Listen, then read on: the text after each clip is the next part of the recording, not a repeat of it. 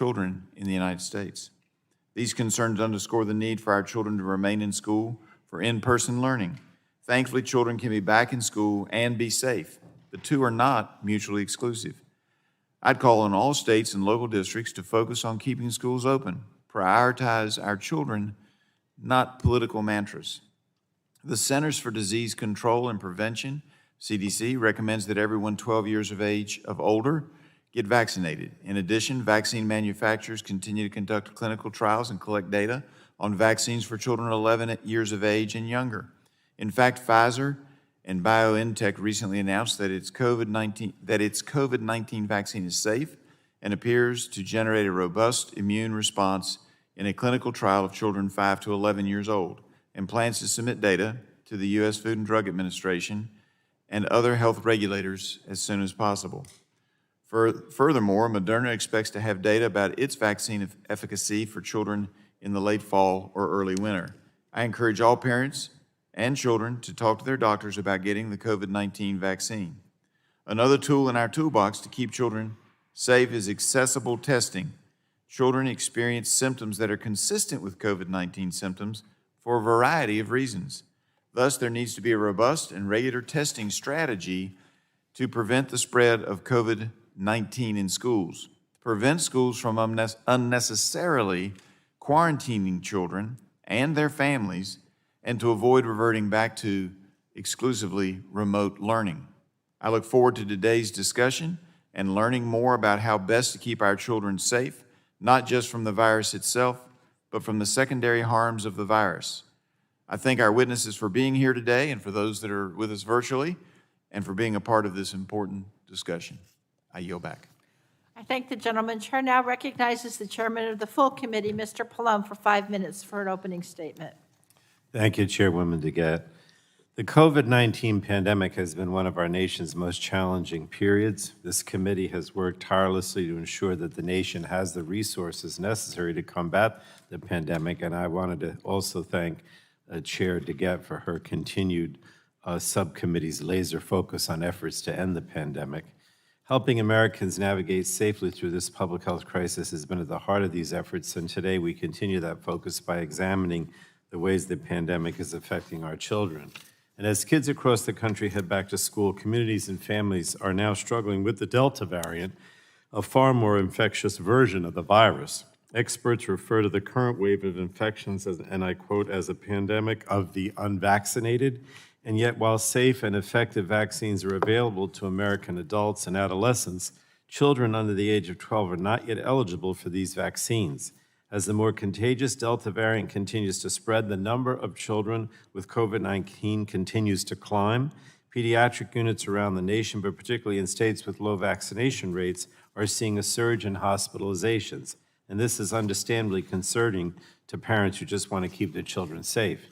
Now, it's on all of us to do everything that we can to keep these kids safe. We all have a part to play in getting a vaccinated, practicing safety precautions and looking out for one another. Critically, it's important that government leaders follow the science so that we keep our children safe. And state and local actions that ignore or even contradict the science put our children at risk and undermine our ability to end the pandemic. It's also important to understand that children are experiencing this pandemic differently than adults. Difficult choices are often made for them by parents, caregivers, and teachers. And more than ever before, children and their families are being forced to balance numerous complicated risks. The mental health of our children in particular is of great concern. There were already challenges in addressing the mental health needs of children before the pandemic, but those have been exacerbated by increased social isolation, missed milestones such as graduations, and sick or lost family members, friends, or caregivers. So we have to continue to find ways to address the mental health needs of our kids so that they not only survive through the pandemic, but thrive once it's over. So this committee, Congress, and the Biden administration have taken important steps in providing schools, healthcare institutions, and families with much-needed resources. Earlier this year, Congress passed the American Rescue Plan, which provided funding for the safe operation of schools and expansion of pediatric mental health care. And just last week, this committee passed the Build Back Better Act, which, among other critical public health provisions, includes a permanent extension of the Children's Health Insurance Program, or CHIP, and investments in children's mental health programs. The Biden administration has taken bold action to support the safe reopening of schools. This includes significant efforts to increase the vaccination rate of adults and children over 12, which can build a blanket of protection for the children around them. I'm also encouraged by reports that at least one vaccine manufacturer may be submitting an application for a COVID-19 vaccine for children very soon, and the FDA has said it intends to act on that application when it comes within a matter of weeks. And the Centers for Disease Control and Prevention has issued critical guidance throughout the pandemic, including guidance for healthcare providers, community and business leaders, and recent guidance for educators and school administrators.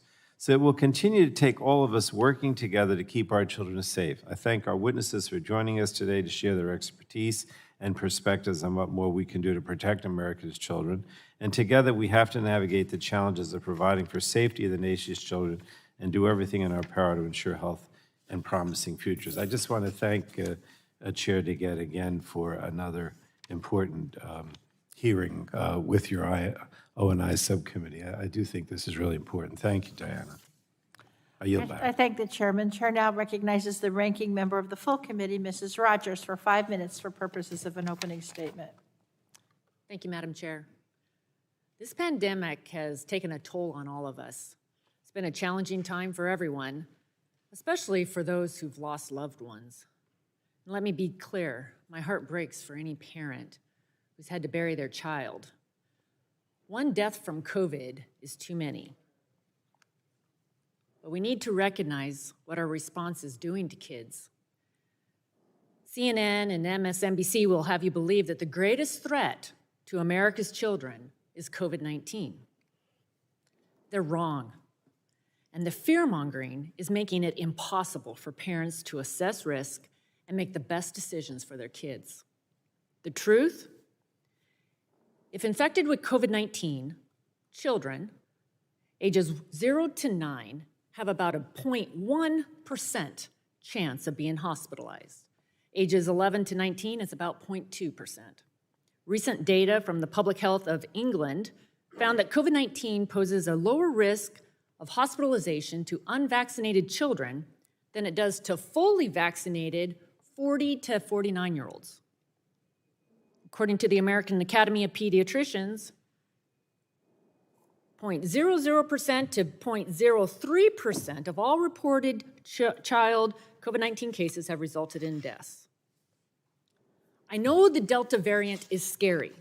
It's more infectious, but from what we've seen so far, it is not more severe.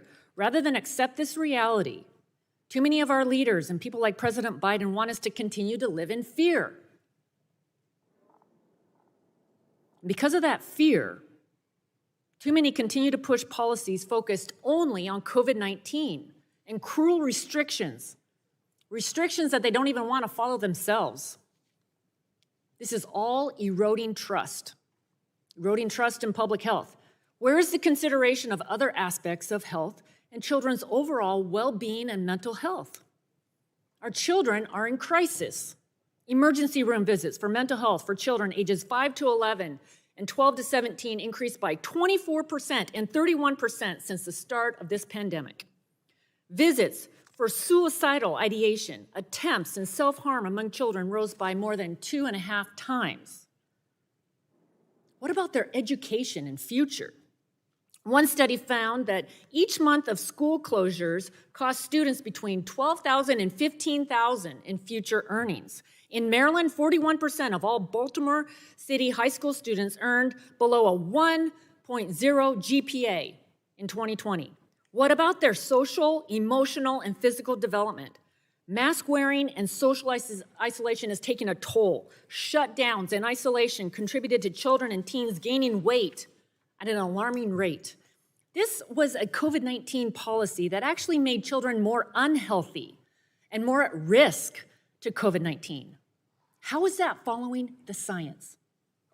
Our kids are in crisis, and unfortunately, this administration is more focused on political allies than science. What happened to leading with science? President Biden's administration is guilty of what Democrats claimed of the Trump administration, prioritizing politics over science. In May, CDC was exposed for working with some of Biden's biggest campaign donors, powerful teachers' unions, to draft what was supposed to be the scientific guidance for schools. Thanks to the teachers' union's influence, the guidance put out by CDC likely led to more school closures. 6 feet social distancing was a major roadblock to keeping schools open. And although CDC Director Walensky recommended 3 feet to her hometown prior to running for CDC, when she became director, she kept it at 6 feet. Ask yourself why. Recently, we saw Biden's CDC ignore science and again cave to the teachers' union. On May 13th, the CDC announced that fully vaccinated Americans could stop wearing masks indoor. It upset the teachers' union.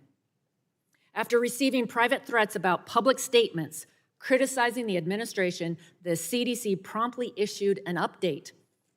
Now, all people in schools should wear a mask regardless of vaccination status.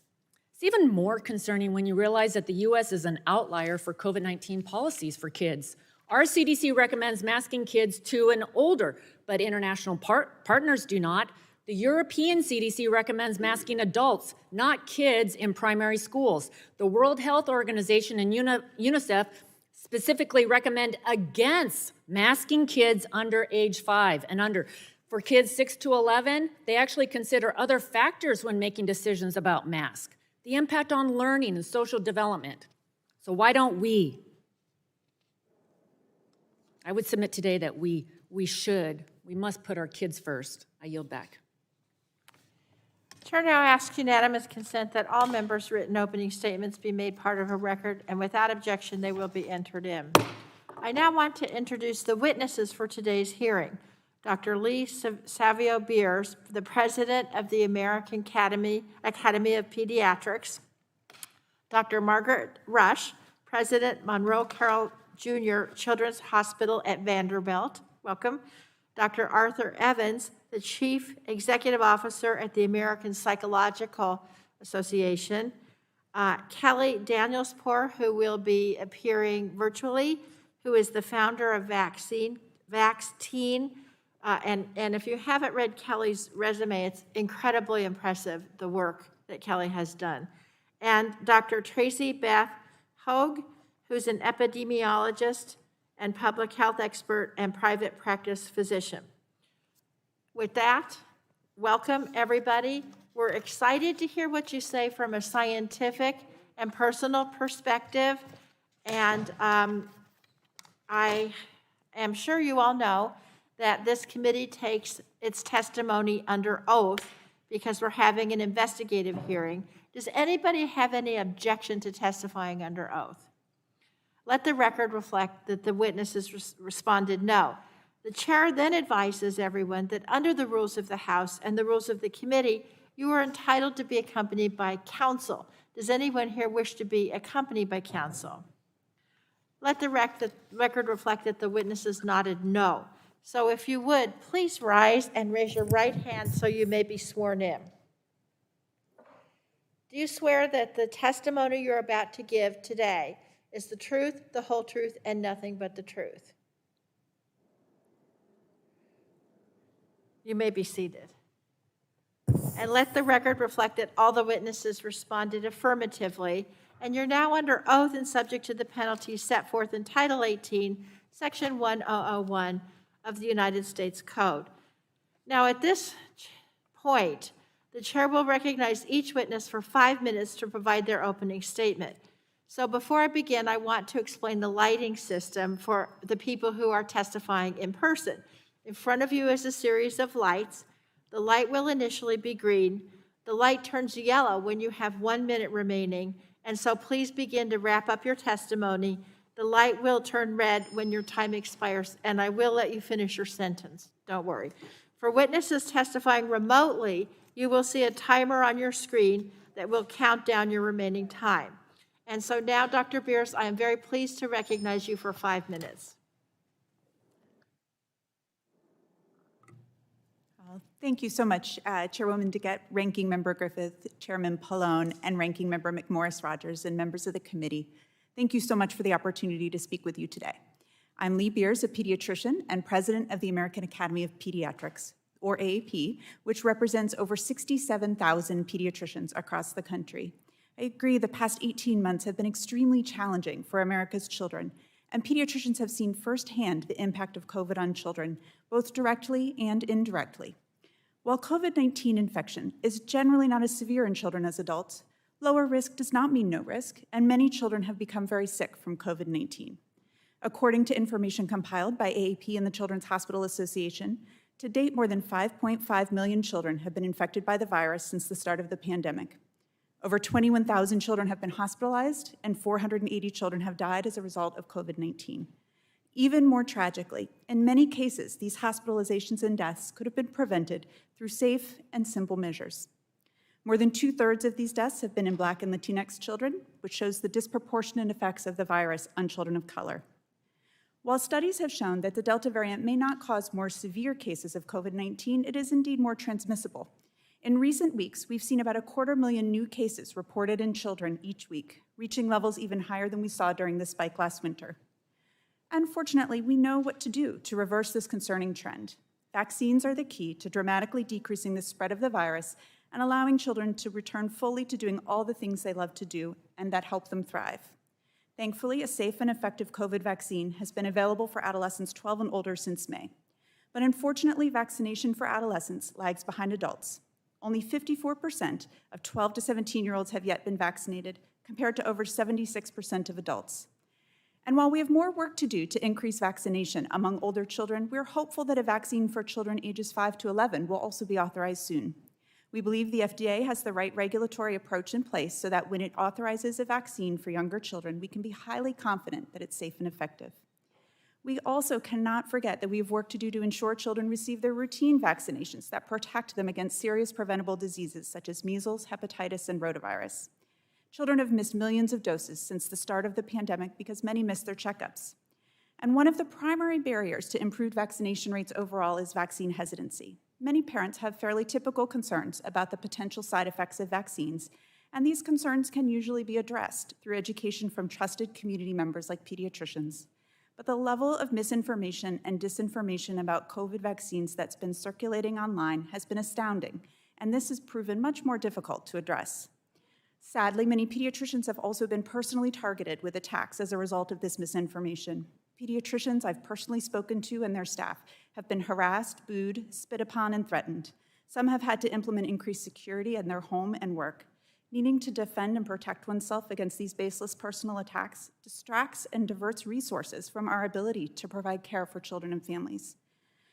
I urge us all to come together in a coordinated national effort to fight misinformation, reestablish our trust in science, and support those on the front lines working to end this pandemic.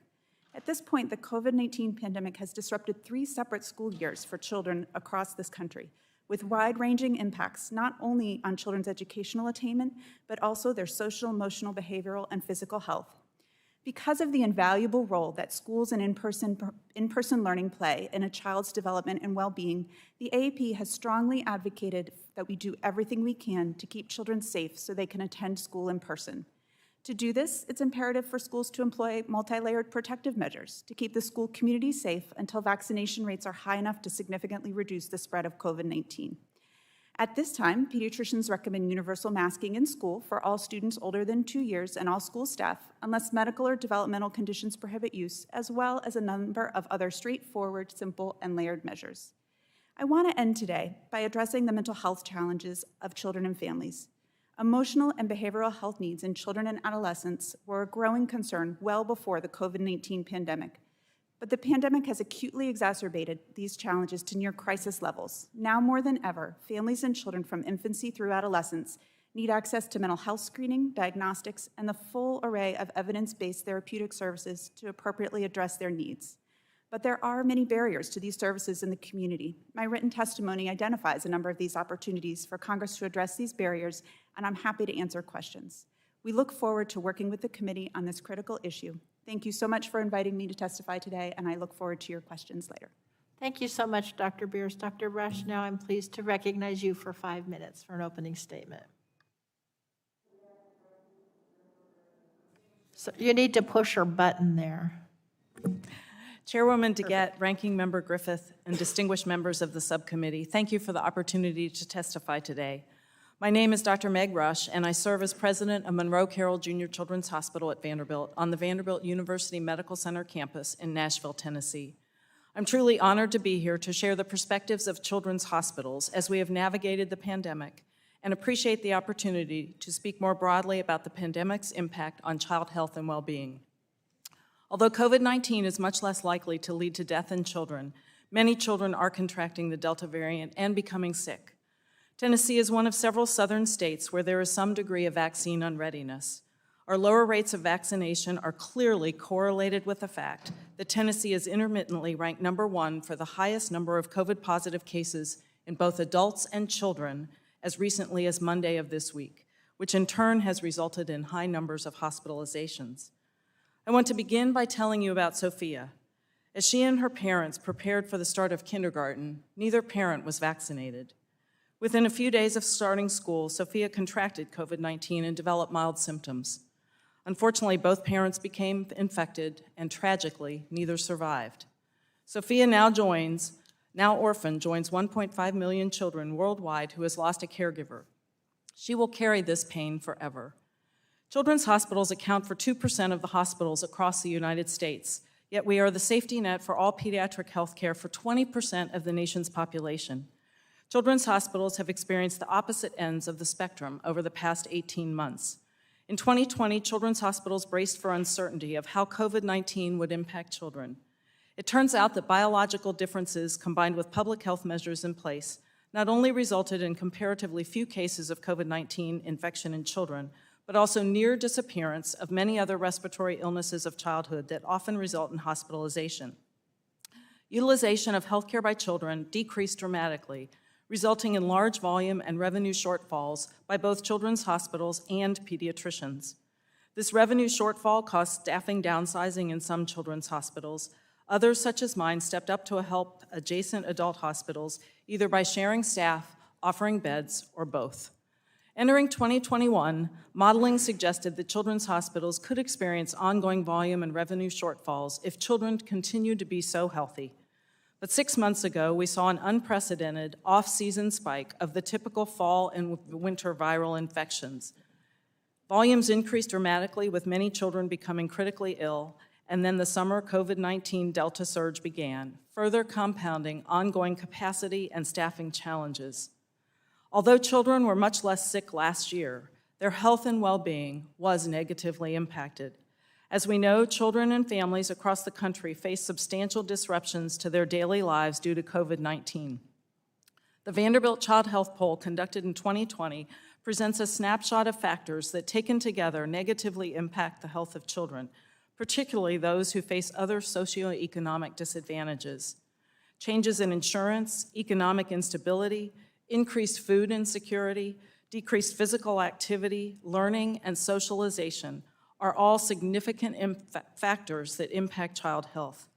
Fear of the pandemic also caused some families to delay health care for their children, even if they were sick. And I would be remiss if I did not mention the parallel behavioral health epidemic that was well underway before the onset of the pandemic, but clearly worse now. Multifactorial in nature, youth from ages 4 to 18 present to children's hospitals in crisis.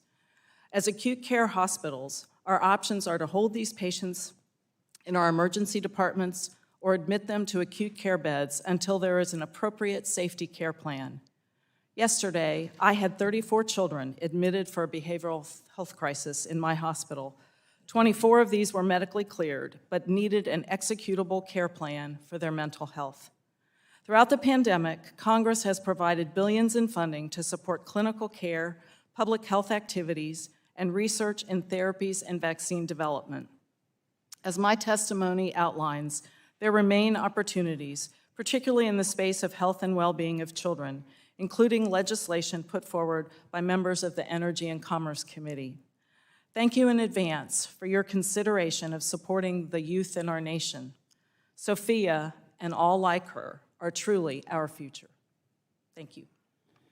Thank you so much, Dr. Rush. Dr. Evans, I'm now pleased to recognize you for 5 minutes for an opening statement. Chair DeGette, Chairman Pallone, Ranking Member Griffith, Ranking Member McMorris, Rodgers, and members of the subcommittee, thank you for this opportunity to testify today. I'm Dr. Arthur C. Evans, CEO of the American Psychological Association.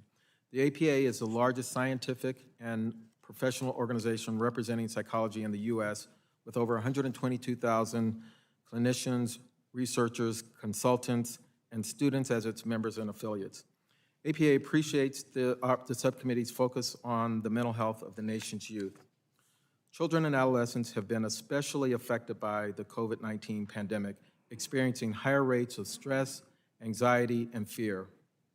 Social isolation, financial uncertainty, and disrupted routines place considerable stress on children and their families, and we remain especially concerned about increases in the rates of suicide attempts and other forms of self-harm among children and youth, particularly among those within communities of color. The reason for these phenomena are manifold, and many of these concerns were already present prior to the pandemic. Psychological research tells us that the mental health of children is frequently tied to the health of their surroundings, such as their communities, schools, and homes. And if traumatic events are occurring in these settings, they almost always have a downstream impact on children's well-being. Psychological science also shows that the consequences of untreated mental health needs on the overall trajectory of children's lives.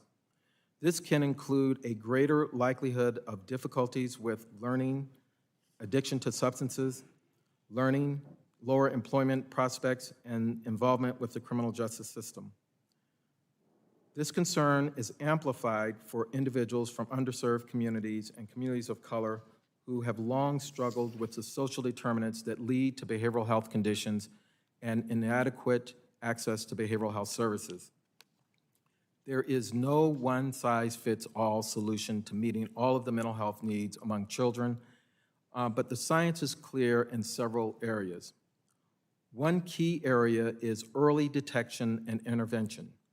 As children return to school, comprehensive school-based mental health services, such as those provided by school psychologists, are critical to overcoming learning loss and addressing behavioral health issues effectively. We must also invest in opportunities to foster positive school climates. This includes integrating evidence-based and culturally competent social and emotional learning programs and promoting trauma-informed approaches to teaching and student well-being. Outside of schools, we must ensure that children and families have access to high-quality mental health services, including telehealth. We need to invest in more behavioral health research to support early intervention. We also need to equip educators, families, and communities to recognize early signs of mental and emotional distress in children. While APA appreciates Congress's significant investments in mental health during the COVID-19 pandemic, part of the problem is that such funding is temporary, which often inhibits the ability of states and school systems to make long-term investments in their mental health, workforce, and infrastructure. New investments must be made with the understanding that a long-term commitment is needed. We must avoid perpetuating a false choice between children's education and mental well-being and their physical health and safety. We need both. Ideally, all children should be in a physical classroom with their teachers and peers. We can and should be doing everything possible to reopen schools safely, adhering to proven public health measures while providing virtual options if they become necessary. Federal, state, and local governments should be working in concert to ensure that all children continue to have access to equitable education and support services while staying mentally and physically healthy. I applaud the subcommittee for convening today's hearing. The challenges we currently face provide us with an extraordinary opportunity to reimagine how we address the behavioral health of all of our citizens, including our youngest. Thank you, and I look forward to answering your questions. Thank you so much, Dr. Evans. Now very pleased to recognize Ms. Daniel Poor for 5 minutes.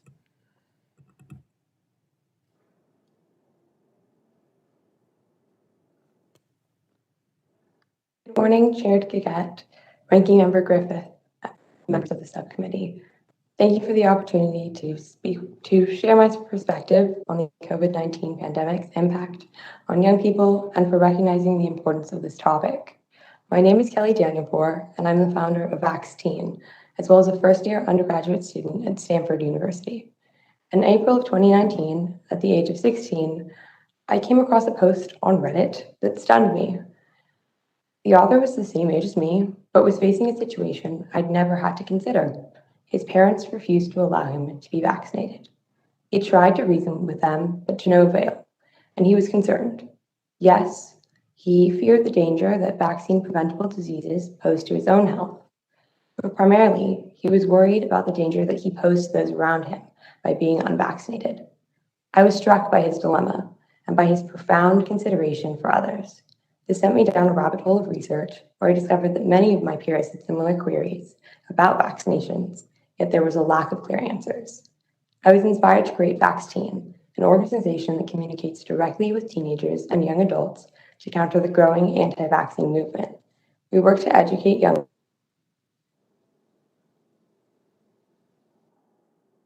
in their own health. Vaxteen encourages those who are unvaccinated to catch up on vaccinations as soon as they are able to, by helping them determine what vaccines they need and how they can receive them, depending on the applicable laws in the state in which they live. Vaxteen is also a platform to lobby for change. With teenagers nationwide now involved, we work both within our own communities and nationally to disseminate accurate information and encourage legislatures to enact policies expanding adolescents' access to vaccinations. Clearly, much has changed since I discovered that initial Reddit post. About 1 year later, the World Health Organization declared COVID-19 to be a pandemic, and the fears I first encountered on Reddit became the fears of my entire generation. When would we be able to get vaccinated? What role could we play in making that happen? What risks were we posing to those around us and that we cared about? Were we safe? The time I've spent running Vaxteen has been filled with endless questions and searching for answers. Every day, I speak to young people about what vaccines mean to them, the reasoning for why not they do or don't want to be vaccinated, and how they can protect themselves and their communities and those they care about. There are certainly obstacles we're facing in convincing some young people to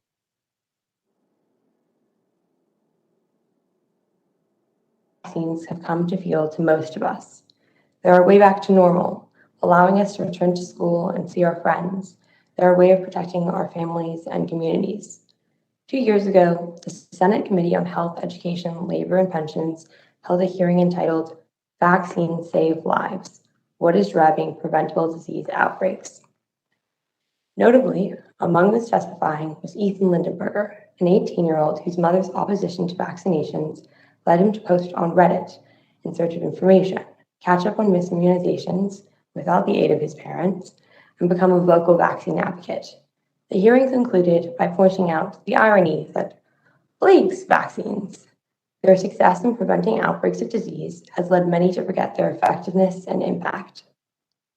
The pandemic has served as a startling public health lesson. Even teenagers who haven't experienced the loss of a family member or friend due to COVID-19 have suffered from prolonged social isolation and witnessed the economic devastation brought on by the disease. At this point, it's clear that we each have a responsibility to stop the transmission of disease through vaccination, social distancing, and other public health measures to ensure our collective health. I've witnessed many members of my generation take this to heart, volunteering for clinical trials,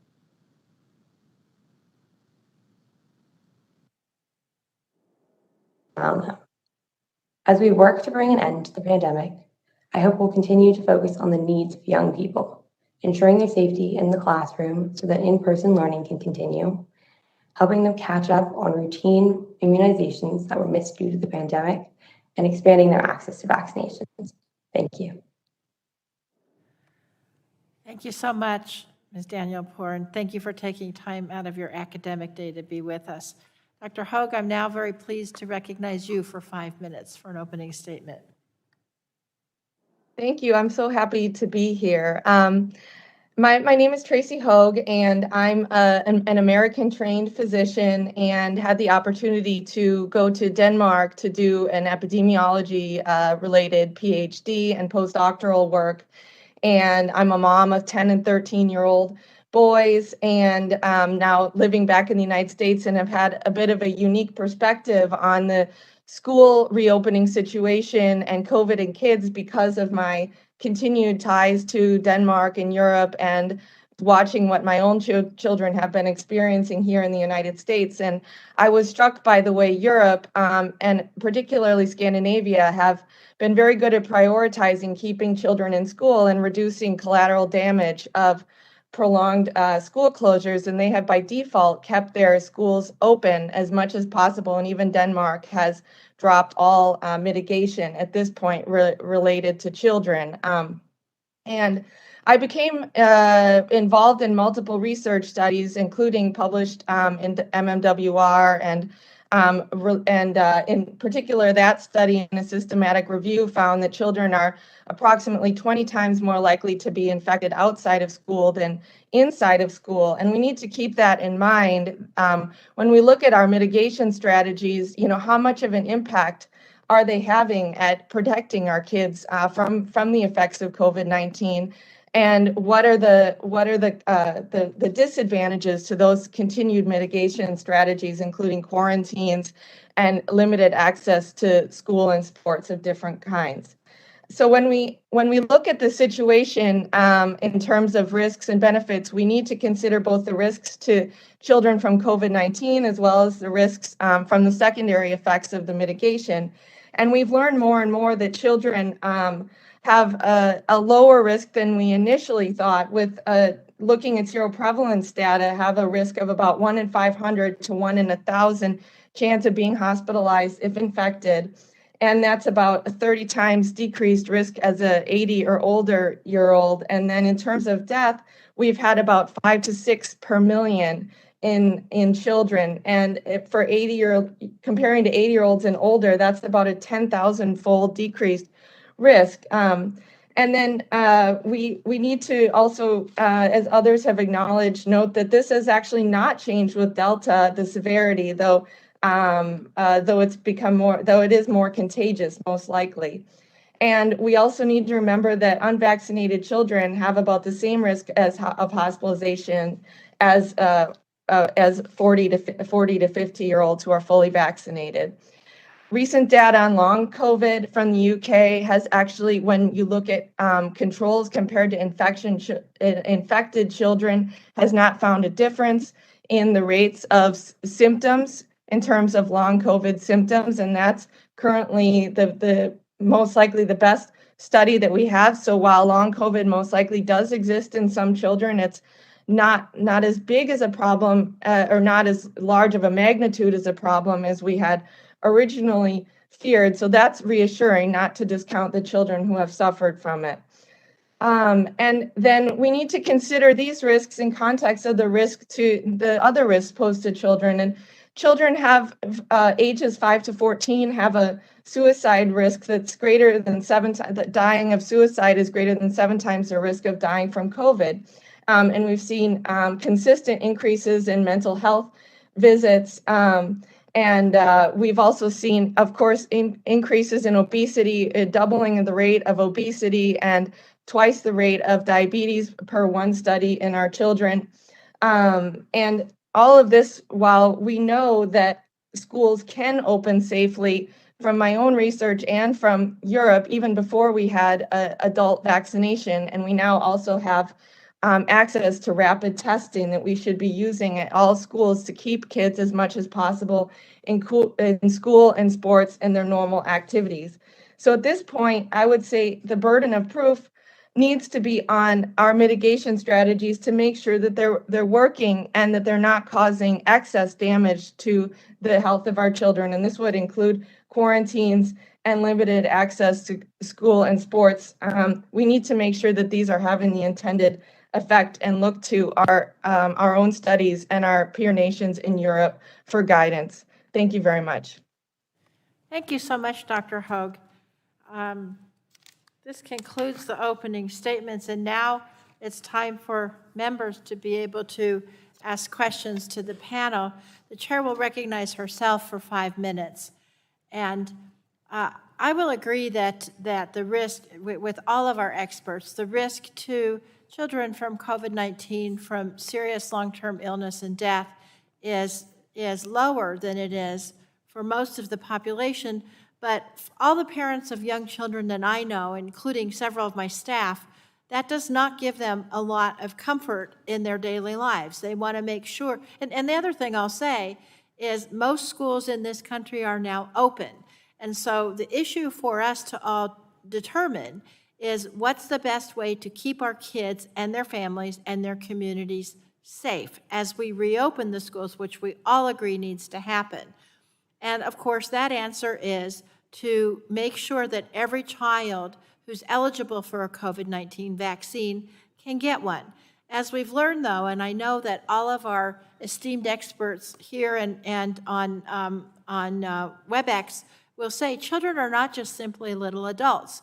And one of the reasons we had to have the studies and clinical trials for these vaccines is to make sure that the vaccine dosage is correct and to make sure that the vaccines are safe and effective. Pfizer has said it will be submitting a request for emergency use authorization for children ages 5 to 11 in early October. And then, as has been noted, the FDA may take several weeks to assess the data. Moderna will follow, and we saw some interesting news from Johnson & Johnson yesterday. So, Dr. Beers, I want to ask you, FDA recently said they will work as expeditiously as possible while still following the science when it comes to authorizing a COVID vaccine for children. What safety factors will FDA be reviewing in this data that's different for children than compared to adults? Yes, absolutely. Thank you for that. And I do agree that a vaccine, safe and effective vaccine for 5 to 11-year-olds will be a wonderful thing to have. And part of what the FDA is going to look at is, of course, the safety data to make sure that there were no additional safety events or unexpected safety events. One of the things they'll look at is the effectiveness of the vaccine at the dosage that it was given. I think what we've heard from Pfizer is that it's likely to be about a third of the dose of the adult dose.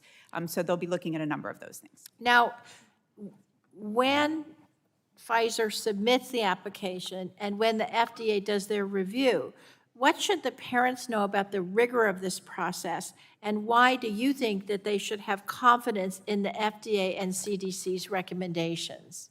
Well, thank you. I think, in short, it's an incredibly rigorous process. It's an incredibly cautious process. We do this all the time when we think about vaccine development in children. We always start with adults, and then we slowly work our way backwards to make sure that anything we're recommending for children is safe and effective. Thank you.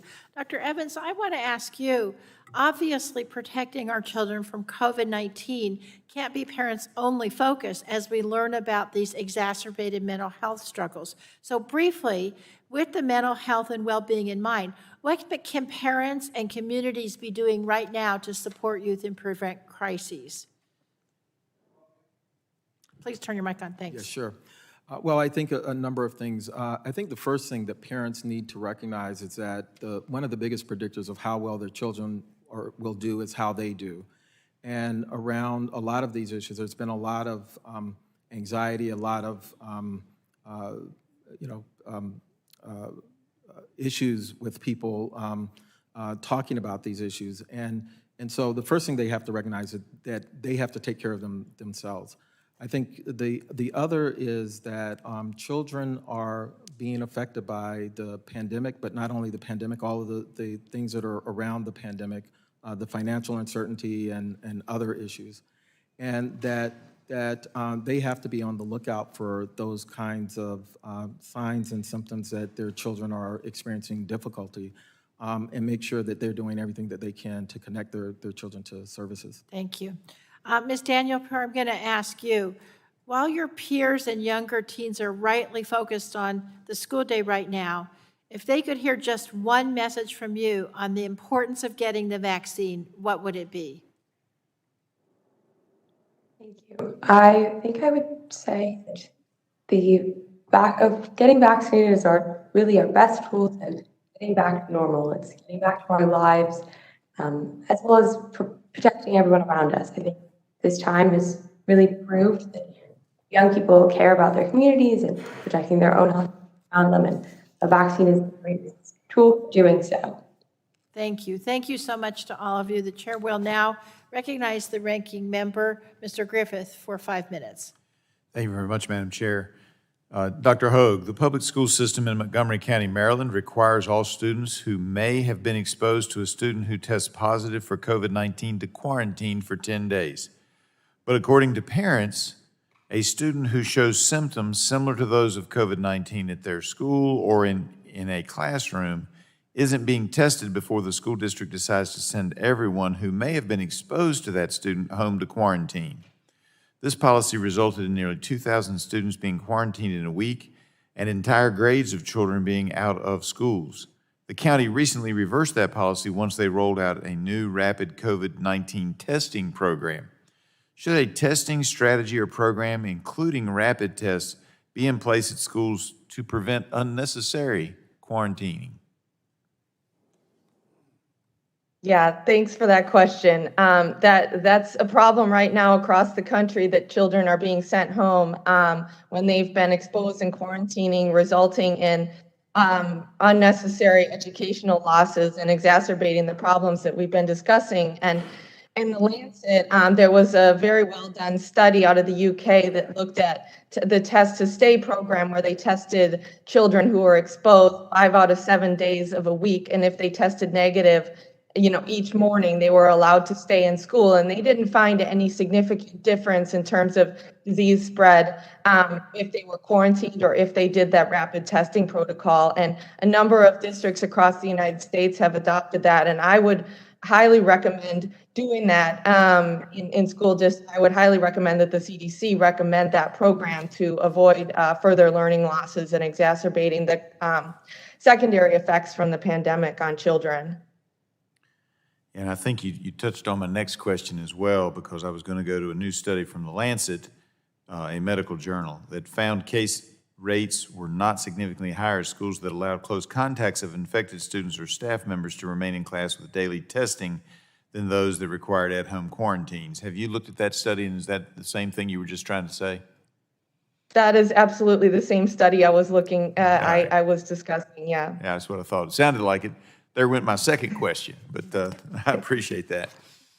What are the impacts of social isolation on our children from school closures? What are you seeing?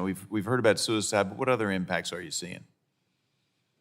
Beyond suicide, it's screen time, it's increasing amounts of abuse at home, it's poor diet. The kids when they're at home, their parents are usually working, not inside of the house, and so it's been a concerning effect that kids are left to their own devices and not in PE or getting the same amount of physical activity, not going out to recess, and absolutely humans are social creatures, and so.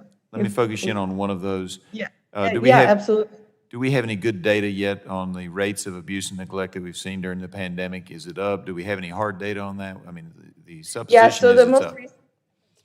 The most recent study I saw actually looked at infants and found that the rates of going to the emergency room with abuse was increased, but I actually haven't seen a study yet in older children, and I don't know if anyone else could speak to that, but that's clearly a concern.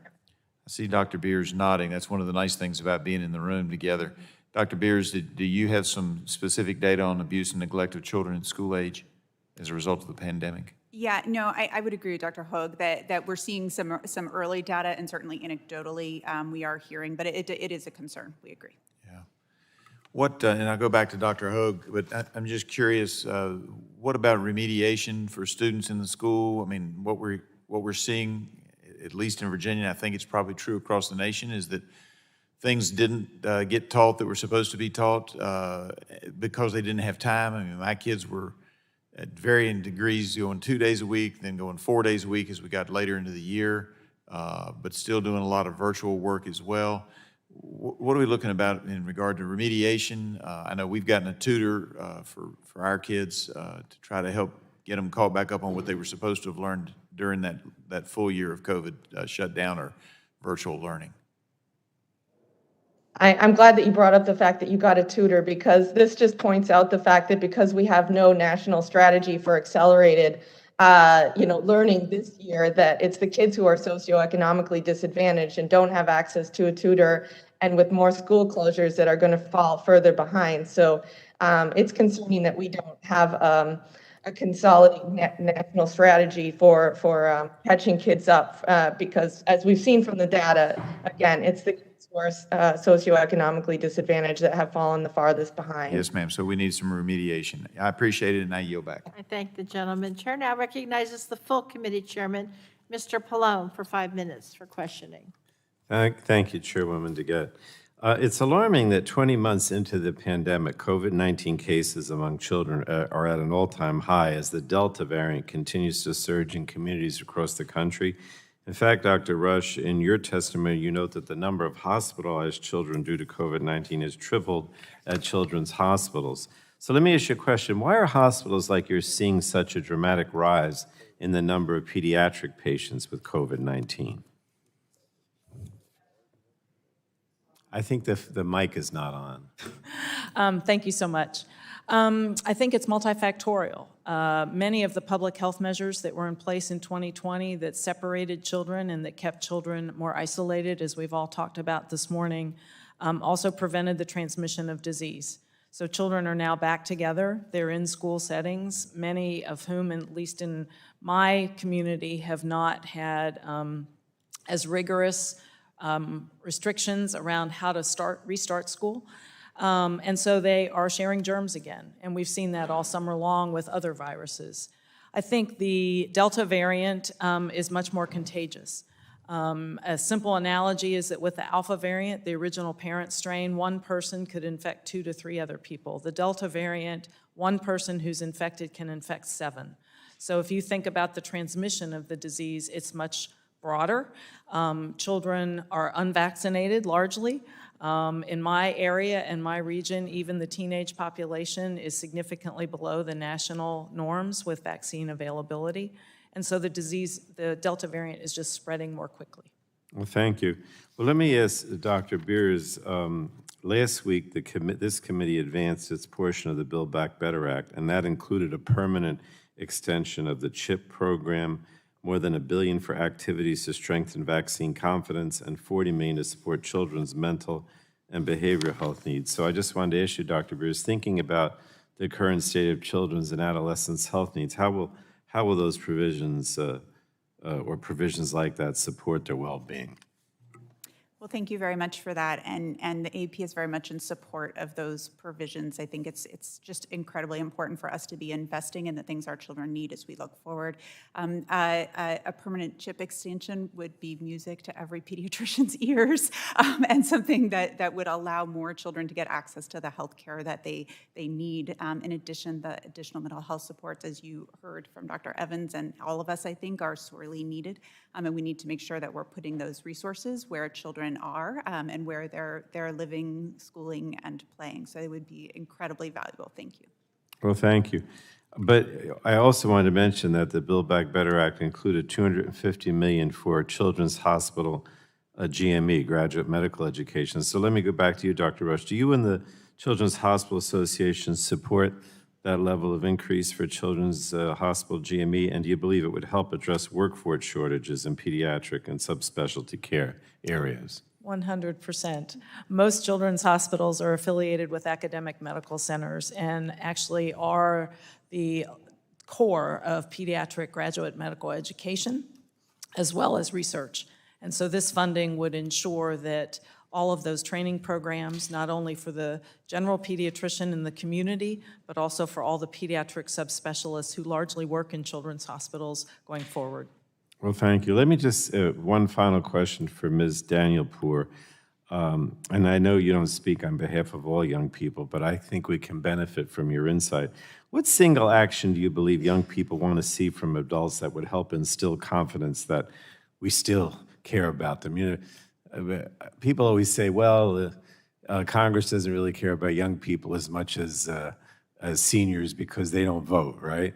But I mean, is there something that we could do that would, or that you believe adults could do to help instill the confidence that we do care? I know it seems strange, but, I hear that. It's an incredible question to ask. And while I obviously don't speak for an entire generation, I think making young people a part of this conversation, whether that is someone who's hesitant and has questions and needs to be educated and learn why they should be vaccinated, as well as I think peer-to-peer messaging is incredibly impactful. And in families, I think adolescence is very much a lesson in learning how to navigate your family and cultural and socioeconomic issues that they may have, and what's important to them. And so I think young people are uniquely poised to speak to those around them and to educate them. And so I think the greatest thing that our representatives can do is really involve young people in this conversation, make them feel heard. Thank you. Thank you, Madam Chair. I thank the gentleman. The chair now recognizes the full committee ranking member, Mrs. Rodgers, for 5 minutes for questioning. Thank you, Madam Chair. I too want to thank Kelly for joining us and for her advocacy. It really is just breathtaking as I think about the impact on our children. And in my circle of friends, I have one friend who, he told me over the summer that they can't get their daughter out of her bedroom. Another friend has had her 14-year-old daughter in the emergency room multiple times over the last year for cutting herself.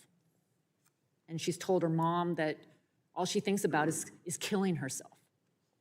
I have another friend who just last week shared with me a list her son had texted her.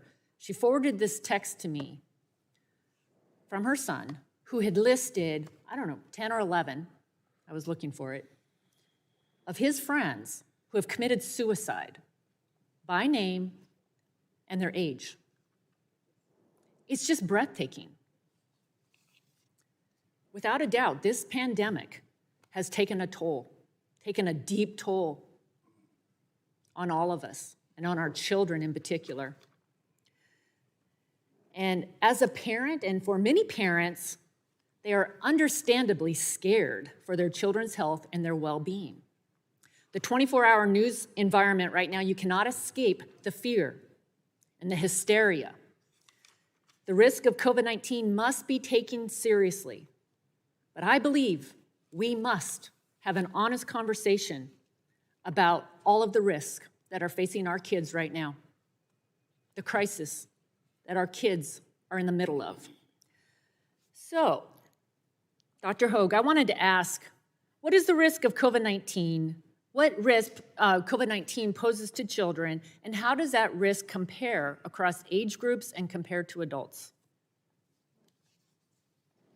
Yeah, thanks for bringing up those very important points about mental health. And so the risk for children, as I was discussing, for hospitalization is, at 20 to 30 times lower than older adults. And we're talking, 1,000-fold difference in terms of risks of mortality. And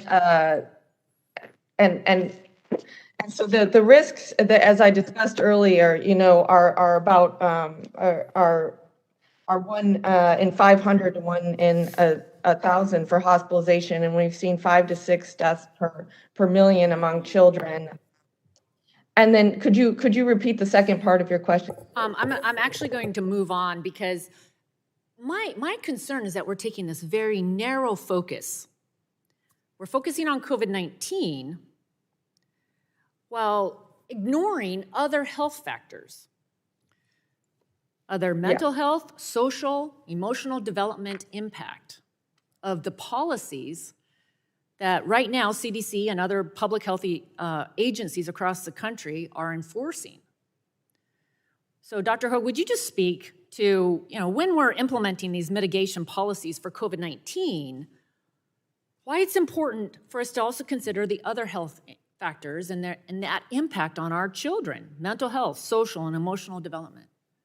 Yeah, absolutely. I mean, we need to look at a holistic view of children's health and not just look at one disease, because as I was discussing, suicide poses a 7 times increased risk of death than COVID does in children in the 5 to 14 age group. And it's kind of ironic that, while we're trying to keep these kids 100% safe, that they're feeling abandoned and we're seeing these increased problems with mental health and suicide. And so, I think that that's something where the United States has differed from Scandinavia and from Europe, because they've been acknowledging, that the other threats to children's health are, and in many cases, more important and of greater magnitude than COVID is. And so we need to make sure that while we're protecting kids from COVID, that we're not increasing the risk of these mental health problems and obviously obesity and diabetes. They're not things that are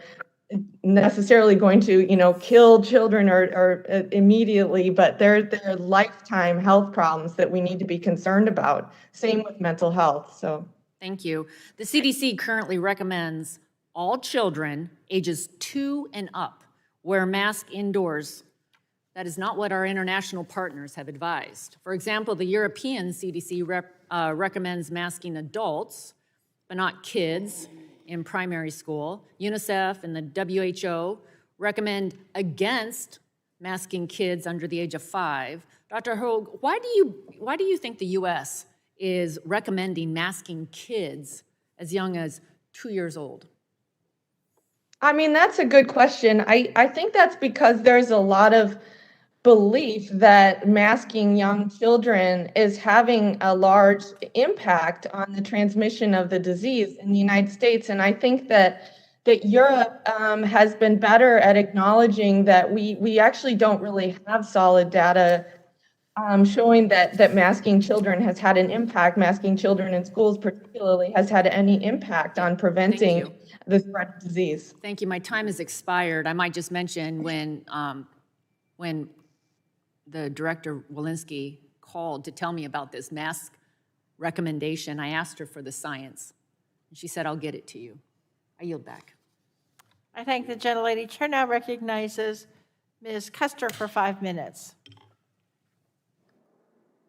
Thank you very much, Madam Chair. And I want to thank the ranking member of this subcommittee, Representative Griffith, for emphasizing vaccines. Children would not need to wear masks if more adults would vaccinate. And I wish that the ranking member of the full committee would focus on that as well. Nobody's suggesting that we are not focused on the mental health of children and adolescents. Children and adolescents in our country were already facing a growing mental health crisis before COVID-19.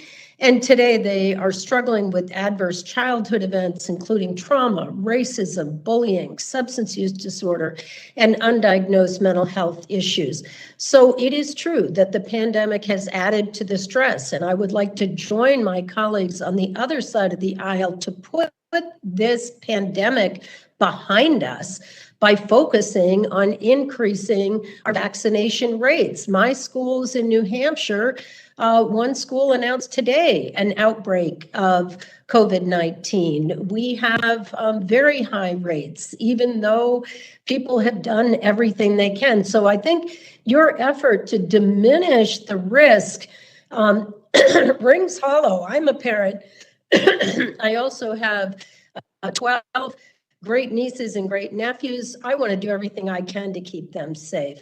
So we have found that between April and October of 2020, there's a 24% increase in the proportion of mental health emergency department visits for children aged 5 to 11 compared to the same period in 2019. Let's put this pandemic behind us. And right here in New Hampshire, I've seen firsthand the dire need in our rural communities for adolescent mental health. I had the opportunity in August to visit Mountain Valley Treatment Center in Plainfield, New Hampshire, where children come from throughout our state and throughout the country to cope with anxiety disorders and get additional treatment. And COVID-19 has just increased the challenges for the young people that I met and their families.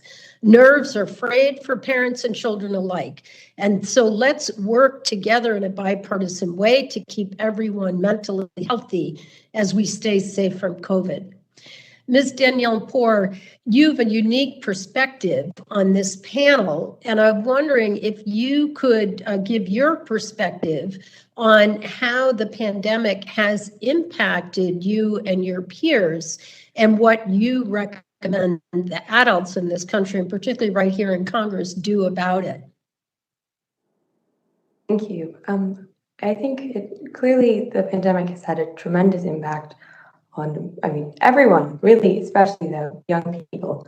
I think it has been incredibly difficult, but I also think it's been a time of extreme resilience that I've seen among my peers.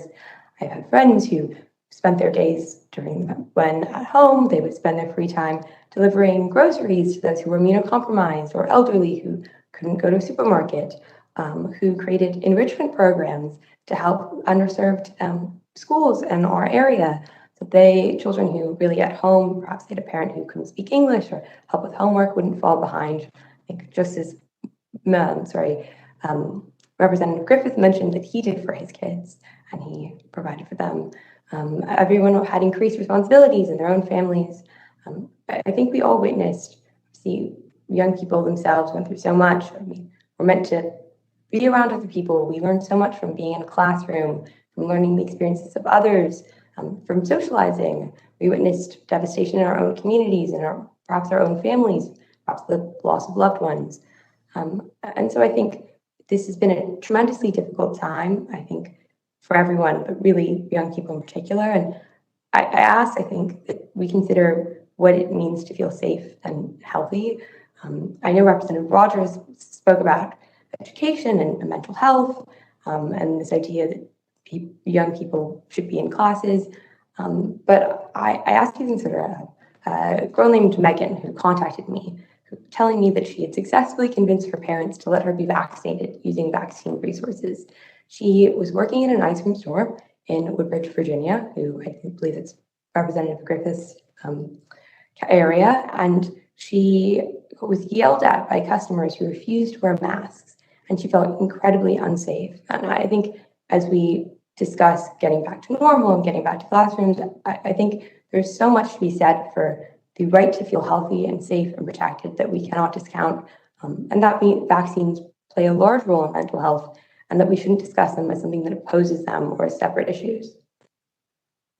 Well, thank you so much. I appreciate your perspective. We could use that wisdom here in Congress, and I yield back. Mr. Burgess, you're now recognized for 5 minutes for questions. I thank the chair. This is a terribly important hearing, and I'm always mindful of the fact that as we've entered into this last 20 months where we've been dominated by a novel coronavirus, you do need to keep some humility about you, because you may be wrong in just a few months' time, and you may be demonstrably wrong and very publicly wrong. And unfortunately, we've seen some of our leaders in public health fall into that, and it's not a criticism of them. It's just a feature of the fact that you've got a novel illness that's very, very dangerous, and where there's a lot of fear, a lot of fear on the part of parents and children both. So I think this hearing is extremely important. I've already learned a great deal, and I think a great hearing is one that will perhaps lead to additional questions in an additional hearing. It's called congressional job security, but I think we clearly are not through with this. And I just echo too what Ranking Member McMorris Rodgers said. We need to hear from the heads of our agencies more than we are. It cannot take weeks and months to get a phone call answered on some of these very, very basic questions around masks, questions around the development of vaccines for children. These are important questions that our constituents are asking us. It's not us trying to be difficult to the agency head, but these are the questions that we are getting from our constituents when we go home, and we are, after all, representatives of the areas in the country in which we represent. But there's two issues that I'd really just like to focus on a little bit this morning. Dr. Evans, probably talking to you for just a second, and then our two pediatricians. I was struck the other day driving to my district office, and Dr. Sanjay Gupta comes on CNN, and I hate to admit that I was listening to CNN. It was mostly just to get the talking points for the opposition, but still, Dr. Sanjay Gupta said, and I forget the figure that he gave, but it was a dramatic figure for the increase in suicide in young women and how different it was. I mean, it was like a lot. And then coupled with the articles that we're reading now in the Wall Street Journal, has published several articles on social media, and particularly Facebook and Instagram. And in fact, Madam Chair, I took the liberty of printing off one of the Wall Street Journal articles, and I'd like unanimous consent to add that to the record. But it just strikes me that that is... If the gentleman will submit it, I'll review it. Yes, I'll be happy to. That is an area where we, as a committee who has, we got jurisdiction over public health. We also have jurisdiction over tech and tech issues. So it seems, and even Ms. McMorris Rodgers brought it up during our hearing last March about the development of products aimed for a population. This is the population we want to subscribe to our product, but it's also the product or the age that may be actually being hurt by their product. So could you comment on that? Is that something that you've encountered as well? The suicide risk for Talking to me? Okay. Yes, Dr. Evans, for teen Sure. girls and the effect of some of the social media platforms that they may be having on them. Sure. So I think it's important to look at these platforms both from the positives and the negatives, okay? Many of you have talked about the impact of social isolation on children. We know that has a very negative impact. And actually, social media has been something that youth have been able to use to overcome that and to make the connection. So in that sense, it's positive. But as you point out, there are some negatives. The research around this is that it's how children use social media that is the biggest challenge. The social comparisons, the cyberbullying, those kinds of negative kinds of activities are the ones that really drive the negative impact that children have. So I think our social policy then has to look at not only the length of time, and actually the data around that are not very, or equivocal. There's not a strong correlation between the amount of time and the negative impact. It's more about how social media is used. So I think our social policy then has to look at that. Well, and it just underscores why it's important for our committee to perhaps investigate that. And to our two pediatricians, reading about the vaccines in young men and the risk of myocarditis. And when I first talked to the CDC, I thought, oh, you're just dismissing the females who complain about chest pain and fatigue. But apparently not. Apparently it's a real thing in young men, and the myocarditis appears to be self-limited. But I don't think, again, we can just ignore it. We have to see it up front and be honest about it. So would either of you care to weigh in on that? Yeah, absolutely. I'm happy to. And then if Dr. Rush wants to chime in, yes, absolutely. And I think it's actually one of the strengths of our vaccine monitoring system that we have actually been able to identify such a rare potential effect of the vaccine. And I think continued transparency about that. We remain confident that the risks of the COVID illness far outweigh the risks of the vaccine, and you can get myocarditis. I will note I have a 13-year-old son, and he is fully vaccinated, so I feel personally confident enough in the data that my own son is vaccinated. And don't Dr. misunderstand Rush, me. do you I've want been to fully add anything vaccinated on that? myself, and I think that is, I know. it's important for that message to go out as well. The gentleman's time's expired, but I will allow Dr. Rush to answer the question. Thank you, Chairwoman DeGette. I would agree with Dr. Beers. I think that the rigor with which vaccine and all immunizations are studied in children is rigorous and ongoing. I think we are learning about the risks of myocarditis and pericarditis following vaccination. I think if you adjudicate some of the data that exists in the passive surveillance databases such as VIIRS, you will actually see that some of those cases are not as prevalent, and that actually in preliminary studies that I heard about actually yesterday in Grand Rounds before I got on my plane, it shows that the risk of myocarditis right now is actually lower than the natural risk in the same age group. So I think it will be followed. I think it will absolutely be studied by pediatric scientists, and I think there will be intense multidisciplinary groups that come together to follow this long term and will advise us.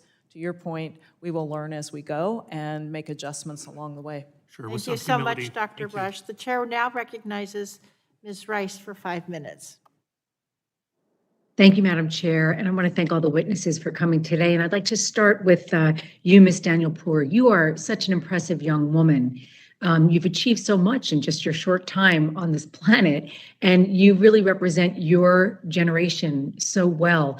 You mentioned in your opening statement that you, after having a conversation with a friend of yours, you kind of went down the rabbit hole of trying to find information about certain things having to do with this, with COVID and vaccines, et cetera. And because you are in the generation who doesn't know life without cell phones and computers and tablets, unlike me, who grew up with none of that, I'm curious about where you got your information, because, we've had hearings, especially with this subcommittee, on the incredible increase in mis and disinformation that is available on every single social media platform that I'm sure you in your generation spend time on. So how is it that you were able to kind of parse through the information that you were finding on social media, to the extent that you were there, and find accurate information that informed you and this kind of your vaccines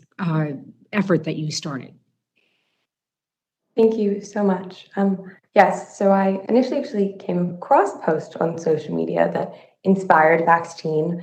And it very much, the idea of the post is that this young person couldn't find information to help them, that they were asking this question, hoping for answers.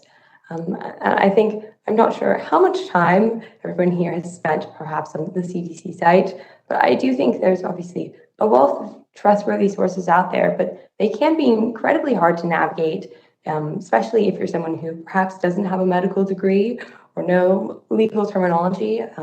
And vaccine started, I spent an entire year creating resources comprised of CDC information and other trustworthy sources, and distilling them and putting them for young people, understanding what they wanted to know and what language should be used that they would understand, and putting them in one place. And so I think there's something unique about the fact that my generation has grown up with, obviously, a wealth of information at our fingertips. And with social media, I think we've uniquely developed tools in that sense to question information we see online, to hold it to a higher standard. I know many young people who started political fact-checking organizations and do work to hold representatives accountable to that sense. And I think there is very much that is very much been ingrained in us. In school, I had classes about checking the accuracy of sources and what could I verify and what should I trust. And so I think in that sense, young people are uniquely poised to be messengers and people we can reach. I do believe there is very much a need for greater education, for greater messaging, especially that recognizes personal stories. I think not just hearing that the organization Dr. Beers represents agrees that we should be vaccinated, but also the fact that Dr. Beers said she vaccinated her own son. I think stories like that are incredibly impactful. And I think we should recognize that everyone has their unique experiences as well, and has a whole network of people they can reach. And so I think there is very much a need for accurate information that we can trust, that it will also reach people where they are. So if that's on social media, in classrooms, educational settings, in club fairs at schools, I do believe young people have the tools they need to be the greatest messengers we could possibly have. And I think it's something that's underutilized at this moment. Well, you're an incredible role model, so thank you so much for being so engaged. Dr. Evans, you were talking about the impact of social media on the mental well-being and mental and emotional well-being of our children. I can't think of anything more destructive to the development of our young people and their mental and emotional well-being. And all you need to know is that the people who started all these social media platforms, they don't allow their children to have these tablets and to spend time on all of these social media websites that can be so destructive. So what can we do as legislators to rein in the impact of, and a lot of this has to do with parenting and how much parents allow their children to spend on, how much time they allow their children to spend on their devices. But what can we do to try to rein in this toxic environment that we're allowing our children to grow up on? Well, I think one of the things is that we have to have better research. we heard about the research that Facebook didn't share it publicly. Now it's been exposed. But I think we have to, first of all, use science-based strategies to understand the impact. What we do know is, as I mentioned, that how children use social media does have an impact on their overall mental health and well-being. From a policy standpoint, I think we have to use that information to set limits. I think parents have to set limits, particularly for young children. The APA has come out against Instagram's proposal to have a special platform for younger children because the data just don't support that. And so I think we have to use all of that information to form public policy, and especially those areas where we know children are using social media in a way that's negative. Thank you. I thank the gentleman. The chair now recognizes Mr. McKinley for 5 minutes. Thank you, Madam Chairman, and thank you for holding this. I think this is an important topic. But as much as I'd like to talk about children and COVID, I think we need to discuss the elephant in the room. Why are people hesitant to get vaccinated? In my opinion, I think they've lost confidence in the government, in the CDC, and the FDA, and that wasn't helped by now Vice President Kamala Harris when she stated that she wouldn't get a vaccination developed under President Trump. And secondly, the misinformation is rampant on social media, undermining people's trust in medicine and the vaccine.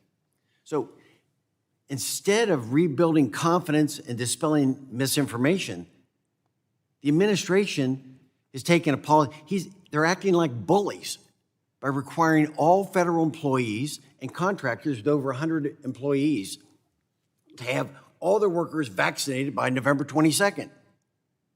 Businesses are concerned about this. There's no guidance on this mandate.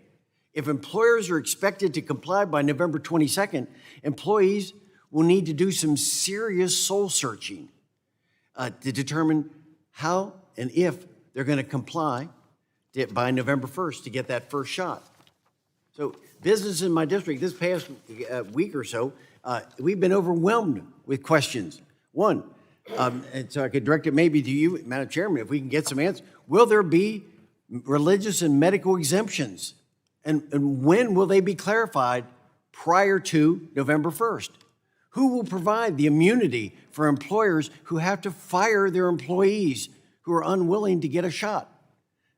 Vaccinations were likely not part of their employment contract when they hired on. So who's going to provide them immunity? What about employees who work remotely? Will they be required to get vaccinated? What about workers covered under the Old Americans Act? Will employers be provided immunity if they have to fire these aged employees? Now, and currently, there's only one. Pfizer is the only one that's been fully approved for use by the FDA. So are we going to rely on a single source across America for this vaccination? And if an employer is required to take the vaccine, and then the employee, and if the employee becomes sick from a side effect, will the employer be held legally responsible, or will there be immunity for him for having been forced to do this? How long will these mandates last? What's the goal? What are the metrics? Are we trying to get to 100% vaccination rate? Because we all know that's not going to happen. So what about the impact on our nursing and staffing levels in our healthcare facilities? They're already at a stretching point when we have this requirement. What about the impact on national security when our key scientists with top secret clearance leave the workforce? And with them is that knowledge, the impact that they have because they don't want to comply with that. And what about the impact on our children when their parents, either mental health, stress, or otherwise, when their parents lose their job as a result of this? So I return to the fundamentals. So instead of another big government mandate, Why shouldn't this administration be addressing the core problem, reinstilling trust in the government, and countering this misinformation that's out there about the vaccine? Do any of you have comments about any of those questions? Seeing none, Madam Chairman, I yield back the balance of my time. I thank the gentleman. Chair now recognizes Ms. Schakowsky for 5 minutes. Thank you, Madam Chair. I thank all the witnesses today. I particularly want to focus my questions with Dr. Beers, but I want to talk about mis and disinformation. It was last March that a different subcommittee, the Health Subcommittee, had a hearing on disinformation, and it was in May that members of this committee, including the chairman and the chair of this subcommittee, sent a letter, I was on it too, to Facebook talking about the misinformation that is there. But you mentioned it in your testimony, Dr. Beers, that you gave testimony that highlighted the dangers and the role of COVID misinformation in vaccine hesitation, and that you and other providers have to spend your time correcting false claims about the vaccines. And I just would like you to answer, where are these myths being generated, and what do you think they have, why do you think that they have gained such traction right now? Yeah, thank you so much for that. And I think it's an incredibly important question. And one of the things I'll highlight is that misinformation and disinformation around vaccines is not new to the COVID-19 vaccine. It's actually something pediatricians have been dealing with for a very long time, and has been a challenge. It certainly has significantly increased with the COVID-19 vaccine, and I think that comes from a number of different places. I think there are people who intentionally spread this information for any variety of reasons. I think that's the way our social media platforms work. You see things that are reinforcing to what you're to where you want to go. I think, the other piece, honestly, is just that this has been a scary, uncertain time. And so people look to try to find information. It's a lot to wade through. It's part of why we really do encourage families to come back to their pediatrician to talk this through. But sometimes that misinformation has reached such a kind of heightened pitch that those conversations can be very difficult. I wonder if you have particularly seen lines of misinformation that have targeted communities of color. Yeah, we definitely have. And I think it's also important to note that there are other very real and valid reasons for vaccine hesitancy across many different communities, and I don't want to conflate those things, and certainly communities of color have some very real reasons to ask questions and distrust the medical system at times. But yes, we've certainly seen targeted misinformation at any number of communities, and particularly communities of color as well. I also wanted to talk about, since we're talking about kids, about pediatricians, it seems, have been particularly targeted. You mentioned, I'm quoting now, have been, quote, harassed, booed, spit upon, and or threatened, that they've even had to have some security. I wonder, beyond the personal cost of such attacks, how has this affected the ability to actually go after this misinformation? Yeah, it's very difficult, and I do, my role as president of the AP is to guide the health and development of children, but also to the wellness of pediatricians and support pediatricians, and I worry very deeply about this because it has deeply impacted pediatricians. It is very difficult for them. It makes their jobs harder. It is many of them are losing staff because people are calling the office in people are calling the office and not being very nice when they call the office. So many staff are leaving because of that, and that's putting increasing strain on the health system. So it's really, and I think what saddens me the most is that it takes away from the pediatrician's ability to do all those things that we do, counsel new mothers and help a family with their child's asthma attack, or to talk them through a difficult period in their life, and it distracts from our ability to provide care to our patients and families. In the seconds I have, let me suggest that maybe this subcommittee could have a oversight hearing on that, on disinformation. And let me just say, I have legislation, the Consumer Protection, Online Consumer Protection Act, which could hold these online purveyors of misinformation accountable for what they do. And I yield back. Thank you so much. Thank the gentlelady. Mr. Palmer, you're recognized for 5 minutes.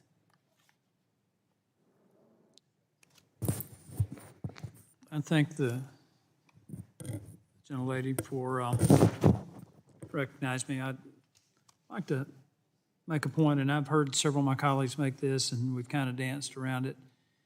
But if you want to, Dr. Beers, you made the comment that you wanted to reestablish confidence in science. I would suggest to you that if you want to do that, you need to practice science and stop practicing political science. And I'm concerned that that's a lot of what's driving this debate.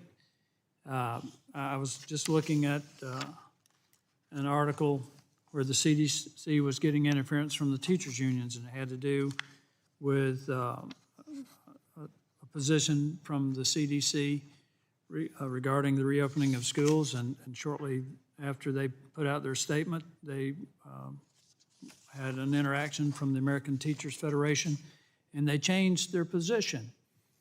The CDC tightened masking guidelines after threats from the teachers' union. And I could go on. Here's a Washington Post article about the CDC finds scant spread of coronavirus in schools with precautions in place, yet we persist in keeping the schools closed, or for instance, now it looks like we're headed toward mandating vaccines for children as young as 5. And that concerns me. It concerns a lot of people. I think what we're going to see out of this is what we've seen already during the pandemic, is a massive increase in the number of children being homeschooled. And what we've seen through the years, political science being applied to homeschool children to talk about socialization and issues like that, when in fact there is no issues with socialization in homeschools, but there is with kids in public schools who are being required to wear masks. We've had a massive increase in the number of eating disorders, like a 90% increase, a 50% increase in suicide attempts, emergency room visits because of suicide attempts in different places. And it's just disheartening, because you people are supposed to be the ones who have the greatest insight into children's health as pediatricians. Yet we persist in getting conflicting information from the institutions that we should count on to be consistent. That's what is really troubling about all this. In addition to the impact that it's having on children, how would you respond to that? Well, thank you so much for the question. I think, certainly I can largely speak about my own organization, the American Academy of Pediatrics, and talk about how we have made our recommendations during the COVID-19 pandemic. We have issued approximately 30 interim guidance statements, which we, for each one, we convene a multidisciplinary work group of pediatric experts from across the country, from a wide variety of fields, who look at all the literature. They review that, they come together, they make recommendations, and then we review that literature. I'm not interested in the process. I'm interested in the outcomes and what comes out in official statements. And for instance, talking about the socialization, and we know that it's not an issue with homeschool kids, but what's going on with our public school kids, and it's largely driven by the teachers' unions, is in conflict with what I think the science shows. And I think it's going to impact the politics because the NEA membership is declining as more and more parents are getting fed up with this, teachers getting fed up with it. I would like to ask Dr. Hogue a question, and that is, when you look at the antibody levels of young children compared to adults, I think the average age of a school teacher is 42. How would the antibody levels of a 5 to 11-year-old be relative to a 40-year-old? So I just want to say, first of all, that this is not my area of expertise, but having looked at seroprevalence, I have seen that the antibodies that we have been measuring have been persisting longer among children after they've been infected than among adults. So I don't know if that completely answers your question, but they do tend to have a more robust antibody and T-cell response as well to the infection. Well, I raised that question because of the article that I saw a few months ago, and I know my time, but Not to be cutting the gentleman off, but we have votes coming up, and I want to try to get to all the questioning. what time are votes? Any minute. Oh, I So yield. we'd be happy to look at your article if you I want to yield. put it in the record. I thank the gentleman. Chair now recognizes Mr. Tonko for 5 minutes. Well, thank you, Madam Chair, and thank you for hosting this important hearing. And I have questions that I want to offer the panel, but before I do that, I would remind my colleagues and inform the panelists that I've authored a bill that would address through the Academy of Mental Health Institutes the mental health impact on frontliners and children of this COVID pandemic. And I think it certainly could incorporate the effects of social media on the mental health outcomes. So with that, I'll continue. Among the best tools we have in our fight against the pandemic are safe and effective vaccines. Now that adolescents as young as 12 are eligible for these vaccines, hopefully with younger children eligible soon, they are playing an increasingly critical role in protecting millions of children in this country. Understandably, parents are sensitive to safety considerations when deciding whether to vaccinate their children, even for children 12 and older who are eligible for the Pfizer vaccine. So, Dr. Beers, how safe and effective is this vaccine for youth, particularly compared to other routine immunizations, such as those against the flu and measles? Yes, thank you so much. It's an extraordinarily safe and effective vaccine. We know, millions of teens have gotten it so far. It's safe and effective, and in fact, more effective than some of the other vaccines that we give. It has a very high efficacy. And again, I'll note both of my teenagers have gotten it. Thank you. Thank you for your response. And Dr. Rush, in your testimony, you state, and I quote, Tennessee is one of a number of southern states where there is a degree of vaccine unreadiness and misinformation. Now, polling, such as that done by Kaiser Family Foundation, indicates that this hesitancy and misinformation may be shaping parents' decisions about getting their teens and 12-year-olds vaccinated against the virus. Can you elaborate on that quote that you shared and the thinking behind it?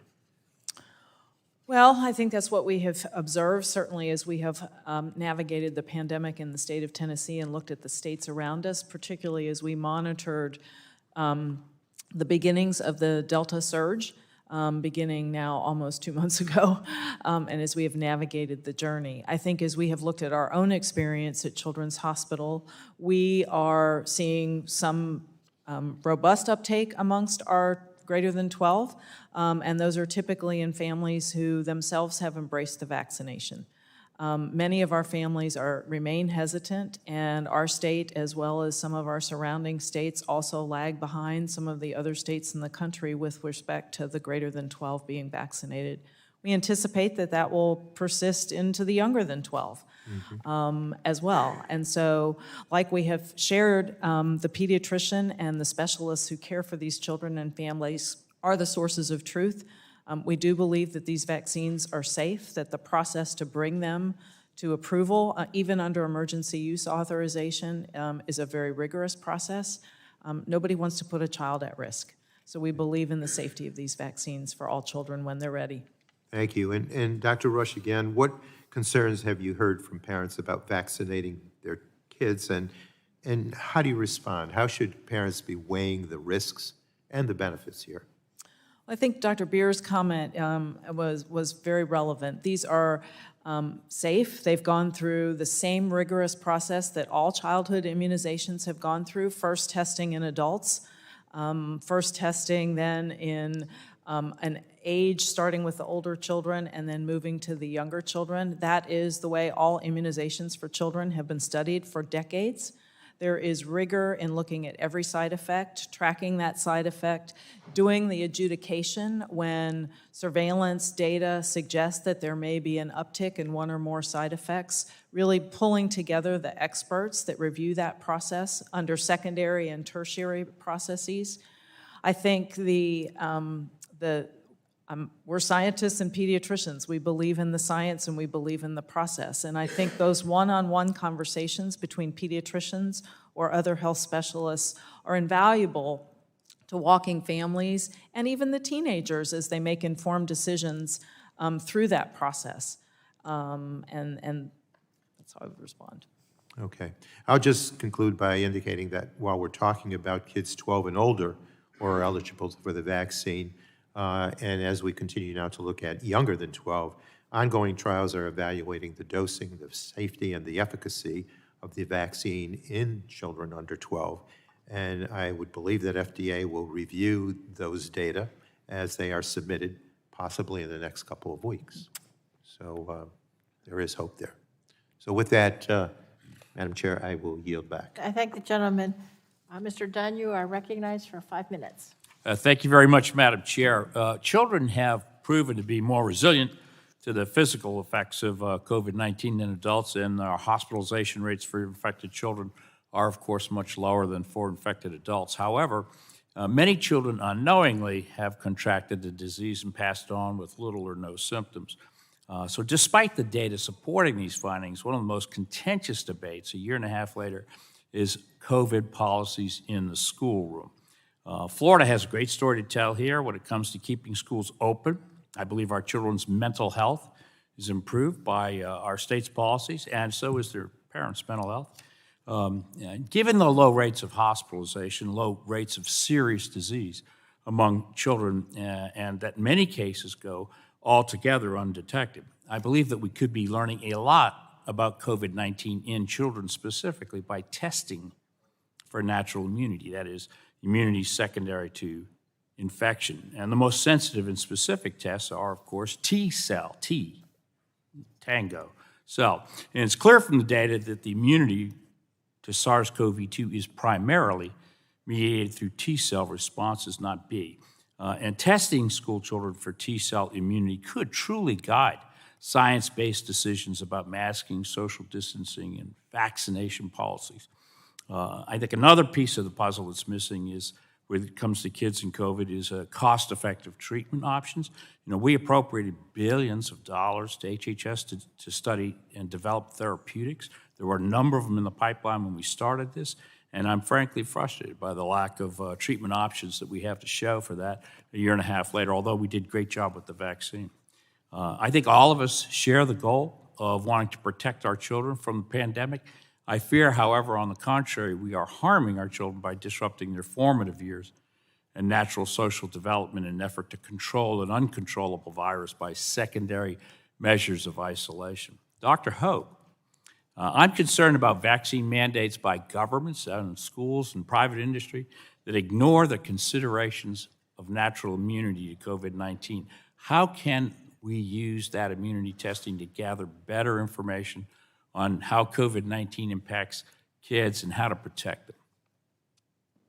Yeah, I think that this is a great question because it's something that a lot of parents, a lot of American citizens want to know is, how much protection does natural immunity provide? And and I think this is something that we haven't gotten as much information on as, for example, in Europe. And we're seeing, some data in adults showing that natural immunity may actually provide better protection than vaccination. But we really need to have some sort of a message and transparency from the CDC about exactly what the expected effects of natural immunity are, especially in kids when we're looking at, based on the CDC data put out in May, that there may be, over 40% of kids in the United States have been infected.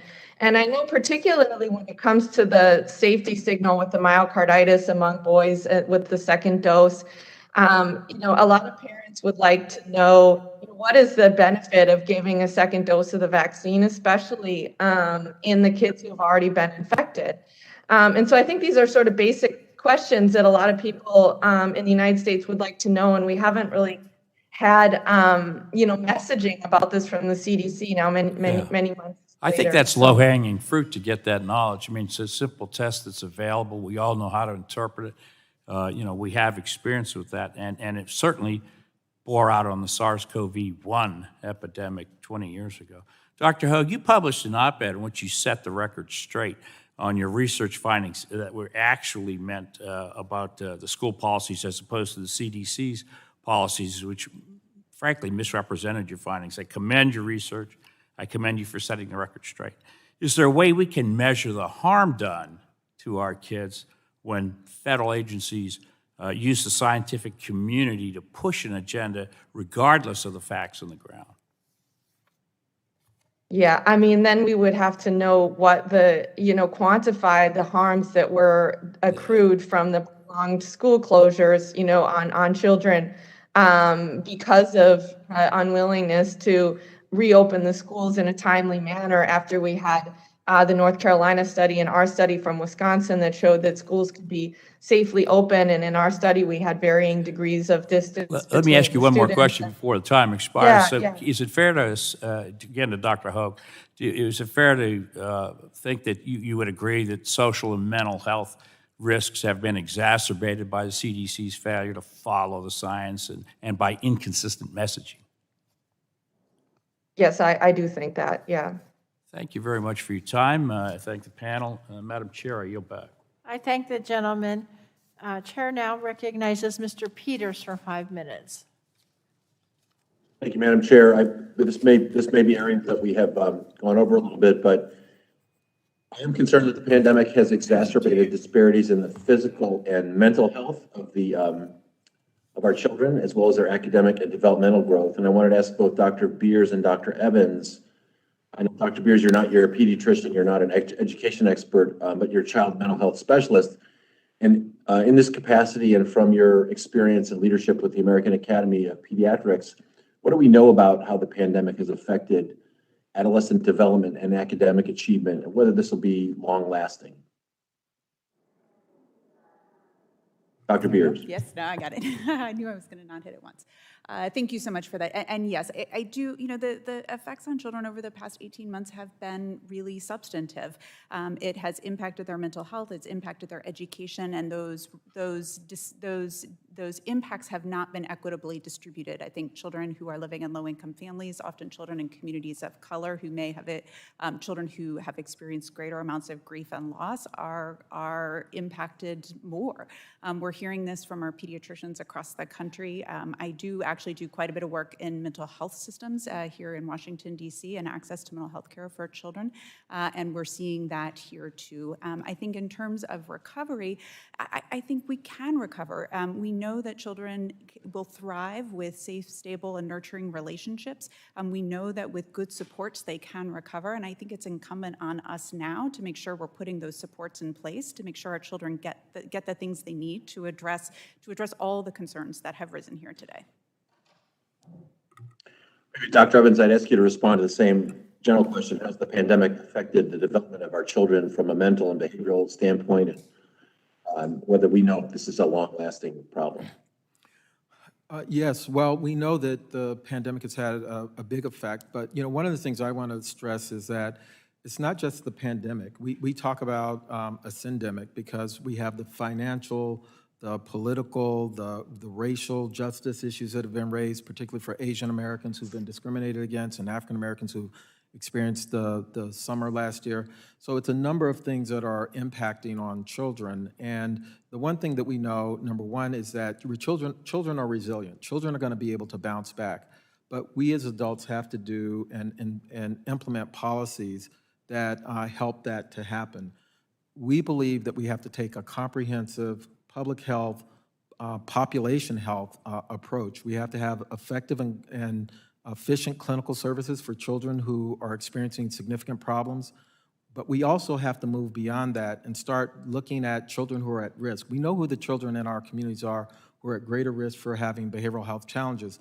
The problem with the way we've dealt with behavioral health is that we wait until those children have crises before we intervene. We have to have more funding and more resources to identify those children early on and to intervene in ways to reduce the risk, or at least to intervene early. And then finally, we have to make sure that we are doing everything that we can to build resilience in children, keeping children healthy and safe. We know from a lot of psychological research what are the factors that are related to psychological health. We need to make sure that teachers understand that. We need to make sure that parents understand that. We need to make sure that we have programs that build resiliency in children to do that. So, and one other thing that I think is really important, we know from studies that look at disasters like 9/11 or hurricanes that for children, the symptoms may last from 1 to 4 years. But the other thing we have to realize with children is that the kinds of harm that is happening really affect the trajectory of their lives, and we really need to be thinking longer than 4 years in terms of our sustained efforts at addressing their needs. And so that means we need to be building the infrastructure today.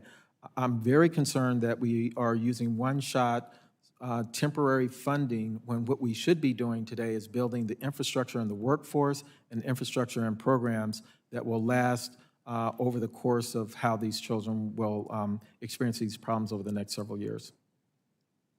Doctor, let me follow up on that, because what I'm interested in is you say we should direct more funding to this issue for early kind of intervention and support. What would be the infrastructure that we would fund? Does that exist today? There's existing sort of things we should be funding, or would we have to create something new for that? I think it's both. There are existing early intervention and prevention programs, but we don't have nearly enough of those resources. I was a mental health commissioner for many years, and in most systems around the country, 95% of the services dollars that commissioners like myself have are directed at treatment. Treatment, by definition, is a reaction to something that's already happened. If we really want to get ahead of this, we have to have more resources for prevention, early intervention. We have to get upstream. And one of the big problems with the way we've dealt with children's mental health in particular is it is very reactive. If you ask the typical parent about getting their child... Doctor, my time has expired. I so apologize. My time's expired. I appreciate that very much, and Madam Chair, I yield back. I so appreciate that, Dr. Evans. And this committee, several years ago, had many, many hearings on pediatric mental health, and we welcome your continued involvement because we do need to get ahead of it. And Mr. Joyce, you've been very patient. I now recognize you for 5 minutes. Thank you, Madam Chair, and thank you for convening this very important topic today. I'm going to ask some very succinct questions for Dr. Hoag to start. Dr. Hoag, do you feel that masks and using masks on kids in school stops the spread of COVID-19? We're okay. So I think we need to look at the science that we have, and we need to admit that we don't have robust science or randomized control trials on this topic, but we have observational studies, one from the COVID response dashboard in Florida, not finding an impact of cloth mask mandates on teachers and students, and then from the CDC in Georgia, not finding an impact of cloth mask mandates on children in terms of disease spread.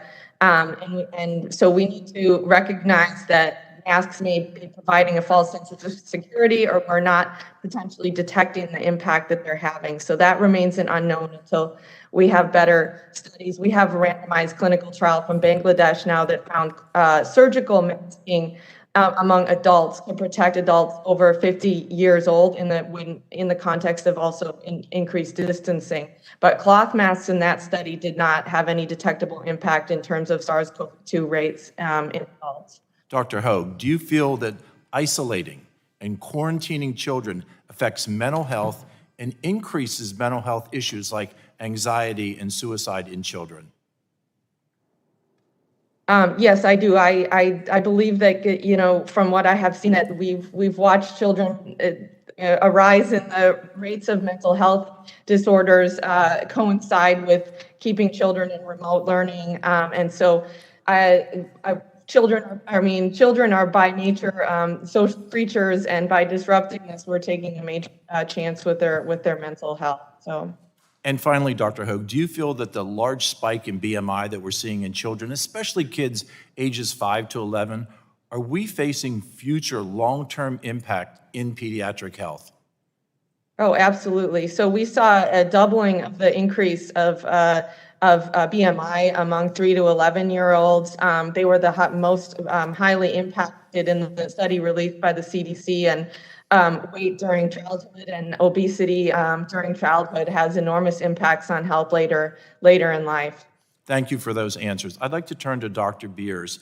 According to data from the CDC, early in the COVID-19 pandemic, the total number of emergency department visits related to child abuse and child abuse and neglect slightly decreased, but the percentage of such visits resulting in hospitalizations increased in comparison to 2019. We've also seen reports of increased depression and anxiety in children and teens. Could you comment on the potential missed and unreported cases in these increases in mental health problems among children? And do you think that the rise in these issues can be attributed to the disruption of children in-person attending of school? Yeah, so yes, thank you. These are absolutely things we're concerned about, and I do think that the lack of in-person school for many children was a contributing factor. It's one of many factors. I think it's important to recognize it is why the AAP very early on in the pandemic, in our guidance, return to school guidance, said that we thought it was the highest priority for children to get back to school safely and to do that with layered mitigated precautions so that they could. And thank you for making that statement clear that the American Academy of Pediatrics advocated for the rapid return of kids to school. Dr. Beers, you made a statement, and I share your concern regarding missed routine vaccines for kids. And I've been working with my colleague present here today, Dr. Kim Schreier, another pediatrician, in addressing that issue. And finally, in my remaining time, I really want to acknowledge, Dr. Beers, that your expertise as a pediatrician and as a president of the American Academy of Pediatrics is so important. But I also want to acknowledge something that some people might not know about you in this room, and that is your training at the Portsmouth Naval Hospital and your support of the United States military and their children at Getmo in Cuba, at the National Medical Center here in Bethesda. I worked at Portsmouth Naval Hospital during Desert Storm and Desert Shield, and I saw the hardworking military physicians caring for the children and caring for all the individuals there. I want to acknowledge that in the few minutes that I had remaining. Thank you, Madam Chair, and I yield. I thank the gentleman. Chair now recognizes Ms. Schreier for 5 minutes. Thank you, Madam Chair. As the only pediatrician ever elected to Congress, this discussion about COVID and children is extremely important to me. Dr. Beers, thank you for being here today. Thank you to all of our witnesses. You know, when COVID first hit, data from abroad and here in the United States suggested that children were really only minimally affected by the disease. And the primary reason for closing schools then was their role in transmitting disease to others. But with the highly contagious Delta variant, some children hospitals' ICUs are now full. So, Dr. Beers, some quick questions for you. Do children get severe disease from COVID? Yes, they definitely can. And Dr. Rush just told us a heartbreaking story about Sophia, who contracted COVID at school, gave it to her parents, both of whom tragically perished from the disease. Can children spread this disease to others? Yes, they can. In fact, the CDC estimates that almost 120,000 children have lost a primary caregiver to COVID. Oh my goodness. Do children get long COVID? Yes, children can get long COVID. We're still learning more about that, but they definitely can get it, and it can be very impactful on their lives. Can you just list a couple of the primary symptoms that they get so people understand how severe long COVID potentially is? Yeah, absolutely. They can have cardiac heart symptoms. They can have persistent lung systems, neurologic symptoms where they, have trouble thinking, and many of them have really debilitating fatigue and dizziness, where they have difficulty standing up and going about their daily lives. And we don't even know how long that will last. So, have rates of COVID in children increased with the start of the school year? Yes, we definitely have been seeing more COVID. And that difference is different in different parts of the country. What would you say has distinguished schools where there has been lots of transmission from schools where there has not been lots of transmission, since masks have been a very contentious topic today? Yeah, absolutely. And I think there's really two big things. One is the immunization rates in the community and the school is a contributing, and the other is the presence of the layered mitigated factors that schools implement. So things such as masking, distancing, hand washing, testing, things like that. Thank you. I would also note, just for clarification, there is a difference between cloth masks, KN95s, and surgical masks, in response to some of my colleagues. I would also mention that studies done with previous iterations of the virus are different from the current Delta information. So in your opinion, given the high number of children who are asymptomatic and still test positive for COVID, is there a role for surveillance testing in schools to keep infectious children home when they can spread it to others? Yeah, I do think so. I think, this is one of the things we talk about as one of our layered precautions in schools, and surveillance testing can be a really important part of this sort of overall group of precautions to keep children in school safely as much as possible. Now, just to go down that path, what happens when a child in the classroom tests positive? Oh, gosh, they have to go home, of course. We hope that they remain well and don't need to be hospitalized, as most children that it will be the case, but they do need to be home for 10 to 14 days. So best case scenario, they're home for 10 days, which means their parents are home with them for 10 days of missed work.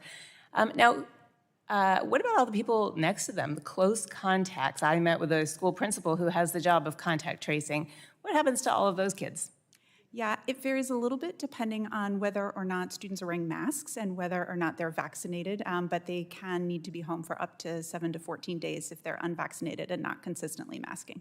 So we could have multiple children home, and in middle schoolers and high schoolers, we could have many children home because they're in multiple classes per day.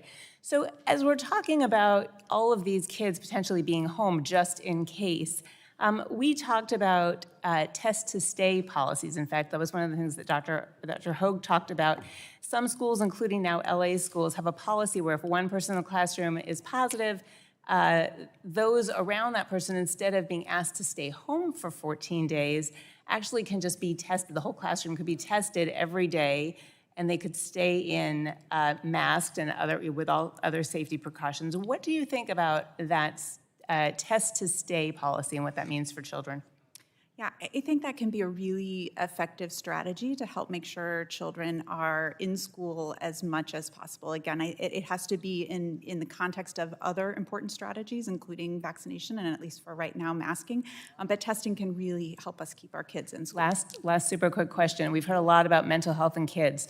If we want our kids' mental health to be good, we need to keep them in school. What are the most important things we can do to make sure we keep kids in school to protect their mental health?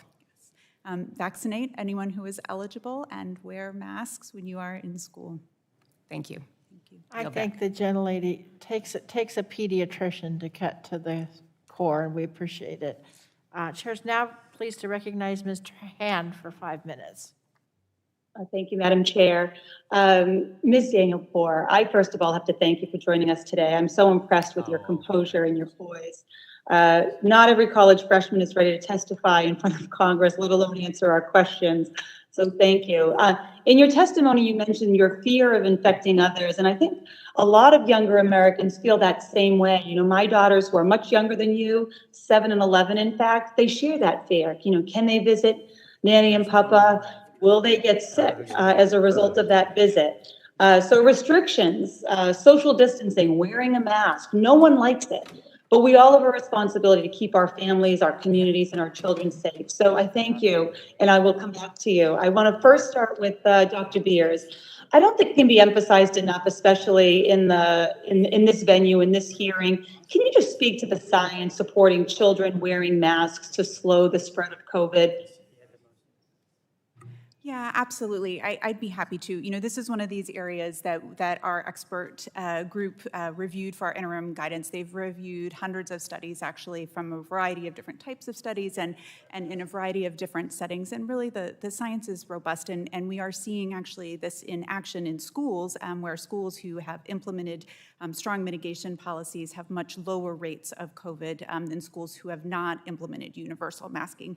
I think some recent examples are a study, a couple studies in MMWR from Florida, another from Georgia. There was another big group out of North Carolina that saw the same thing. So it really is, it is strong, robust evidence. Yeah, so while, you know, inconvenient, one, effective, and two, really does cut down on the anxiety I see in my own children in terms of their propensity to spread to others in the community or to their loved ones, their grandparents. So I appreciate that. It's commendable that in just 9 months, more than 385 million doses of COVID vaccines have been administered, and more than 181 million adults and youth as young as 12 years old are fully vaccinated in our country. Unfortunately, this still represents only 65% of eligible Americans nationwide, leaving millions of children at risk of serious infection. Back in May, news broke of an unvaccinated elementary teacher in California who took her mask up to read to students and ended up infecting more than half of the classroom. So CDC Director Dr. Walensky said that the situation is a prime example of how easy it is to undermine efforts to protect children too young to be vaccinated. Dr. Beers, your testimony stresses that, quote, vaccines are the key to dramatically decreasing the spread of the virus and allowing children to return to a more normal semblance of life, which is what we all want. Why is it important for the health of ineligible children that their older peers and adults get the vaccine? And how does this help support safe schools as students return to the classroom? Yeah, thank you for that. You know, as we've discussed right now, children under the age of 12 don't have any access to vaccine. And even when I think we're hopeful that we will have a vaccine for our 5 to 11-year-olds, we'll still have much younger children who are not yet eligible. And so we know children, you know, anyone, you get COVID because you're exposed to it. And vaccinated adolescents and adults have significantly lower rates of being infected with COVID. And so when the adults in a child's life are vaccinated, that significantly decreases their exposure to COVID and significantly decreases the likelihood that they will get infected as well. Great. And Ms. Daniel-Poor, your voice in this conversation is so important. We know youth ages 12 to 18 have the lowest vaccination rate of any age group. Why do you think the vaccination rate is so low among teens? Thank you for your kind words. And I think there are several issues. Obviously, there are groups that I think it falls into two camps. You have the first group, which are young people who do want to be vaccinated, but are facing barriers in doing so, whether that is that they need a parent present who perhaps doesn't have childcare for siblings or cannot get time off work while a clinic may be open. Issues of access, as well as I think there were also, for those who need to be convinced, I think it is understandable that people have fears and concerns about vaccines, but clearly they are safe and effective. I think a lot of it falls into, science is an evolving process, and so it's understandable that our messaging evolves too. But I do believe that there's perhaps confusion about whether a vaccine is necessary for a young person, how effective it is. I also think that plays into the process of getting vaccinated, concerns about which vaccines work best, how many doses, based on obviously male and different side effects that fall into that, concerns about puberty, fertility. And I do believe that there are many steps to increase confidence. I think hopefully FDA approval will do so. But I do think, speaking to your earlier point, there's something to be said. At the beginning of the pandemic, we were told that young people really weren't at great risk of contracting virus or really feeling being in danger of it. But I know everyone around me stayed home. Those in our community were at risk. And so I think there are concerns about vaccines that need to be answered, and I think there's very much need for education. But I do think people recognize how it is that we're all vaccinated for our Thank you so much to Ms. Daniel-Poor. I asked you an unfair question to The answer with gentlelady's too time's little expired. time. The gentlelady's time's Thank you. I expired, yield and I back. apologize. The chair will announce, we've come to the fun part of the day, when there's votes on the floor, and we still have more members who wish to ask questions, and our witnesses are doing great. So here's what we're going to do. Mr. Griffith and I are going to go and vote and come back. Mr. Peters has miraculously appeared after voting. And we have Mr. O'Halloran, who is a member of this committee. Then we have 3 other members who have waved onto this committee because this is such an important hearing, and we appreciate that. And so we will go to them. And so with that, I'm pleased to recognize Mr. O'Halloran for 5 minutes, and Mr. Peters will take the chair. Thank you. Thank you, Madam Chair. We have heard quite a bit about the COVID-19 vaccines today. I'm very hopeful that the FDA will soon issue an emergency use authorization to make sure that children under 12 will be able to get that much needed vaccination and protection. In the meantime, I find it unacceptable that we are not doing everything to protect children, families, their teachers, and other school personnel as we return to in-person instruction, which I believe in, that has to be part of the process to bring our children into the school environment. Some states, like Arizona, have chosen to take many public health schools away from this process. The governor is using federally allocated COVID-19 money, relief funds, in fact, to further incentivize school districts to do away with public health best practices like masking. That would cost the school for each student $1,800 per student, taking money actually away from the student's education. They're forcing school districts to choose between much needed school funding and the safety of children, teachers, and families. I want to get to my questions here. Dr. Beers, I had one question here, but what I'd like to ask you is your vision for not now, not the rest of this year, maybe hopefully we get over this pandemic. What do you see that this committee continually has to do to be able to make sure that we know enough in the future to be able to make rational decisions and are hopefully in collaboration with our fellow members? Well, thank you so much for that question. That's a wonderful question to answer, actually. I think first and foremost, really always putting children at the center and making sure that children are our priority when we are making decisions. I think there's so many important reasons for that, and we're seeing, unfortunately, some of the problems that happen that have arisen when that doesn't happen. I think we do need to invest in evaluation and research to make sure that we understand how to help children best. And I think investing in, as Dr. Evans said, investing in things for the long term, understanding that these things impact a children's lifetime, and they do need these services and supports for a lifetime or for their childhood. And so really making sure that we're investing in long-term solutions and not just very short things. And these investments, would you say that they are critical to make sure that we will be able to be in a position to have the studies necessary to make better decisions if this occurs again or when it occurs again? Yes, most definitely. This will help us, have the supports and information that we need. I think it's also important, as Dr. Rush and others have noted, to support our children's hospitals, our pediatric healthcare delivery systems, our pediatricians, all of those who are doing this important work, so that we can continue to respond and take care of children. And my last question to you, Doctor, by the way, is because my other questions to others have been asked already, but beyond these basic measures that we've been discussing all day, have you seen any other creative strategies for helping to protect kids in school And what else should schools be considering today? Yeah, I have actually seen some really wonderful and creative things. And I think in my mind, this is one of the sad things about these really contentious debates we get into about some of the basic precautions is that it, as I said before, it distracts from really being able to dive in and do these important, innovative things for our kids. You know, there's outdoor schooling and there's, you know, band practice outside and there's all sorts of, you know, really neat things that schools are doing, partnering with community-based agencies, you know, looking to, you know, like as Ms. Daniel-Poor said, looking to our teens and our youth for ideas.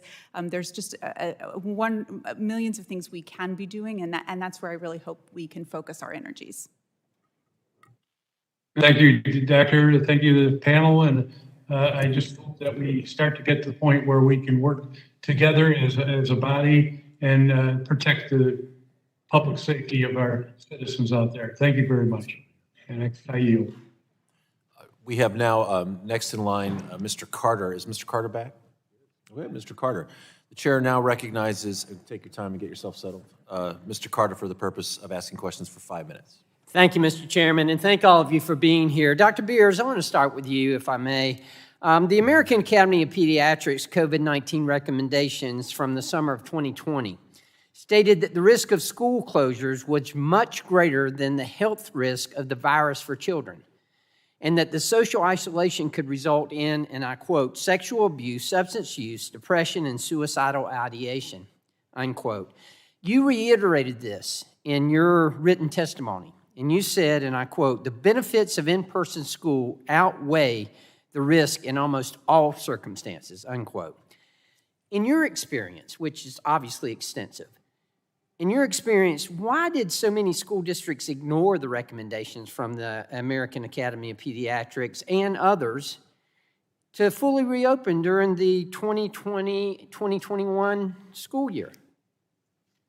Well, thank you for that. I wish I knew the answer to that question in a lot of ways. I do want to emphasize there's actually two aspects to that guidance, right? It's that it is incredibly important to open schools and do everything we can, and to do so in a way that keeps our students and our staff safe. And I think actually what we saw is both ends of that spectrum, where you know, we had some schools reopening without those precautions. We had some schools not reopening. I think, you know, as to why, gosh, you know, there was a lot of fear, there was a lot of uncertainty.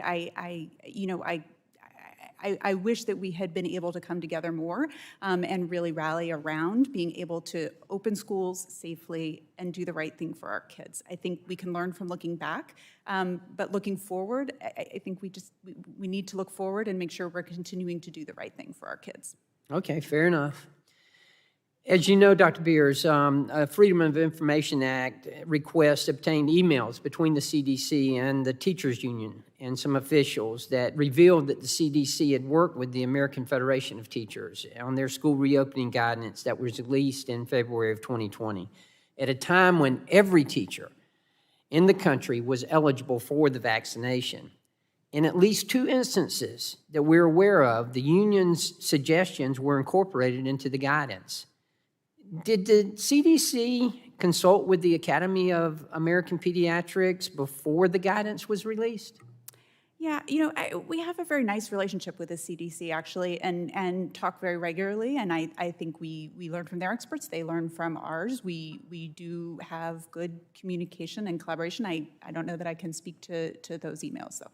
But that's fine. I'm sure you do have a good relationship, but that wasn't the question. The question was, did the CDC consult with the Academy of American Pediatrics before the guidance was released? Yeah, I think, you know, we talk with them on a really regular basis and share information on a really regular basis. So I think, you know, weekly we're talking to each other and sharing information. So I would, you know, I think we take each other's expertise into account all the time. Okay. Is that a yes or a no?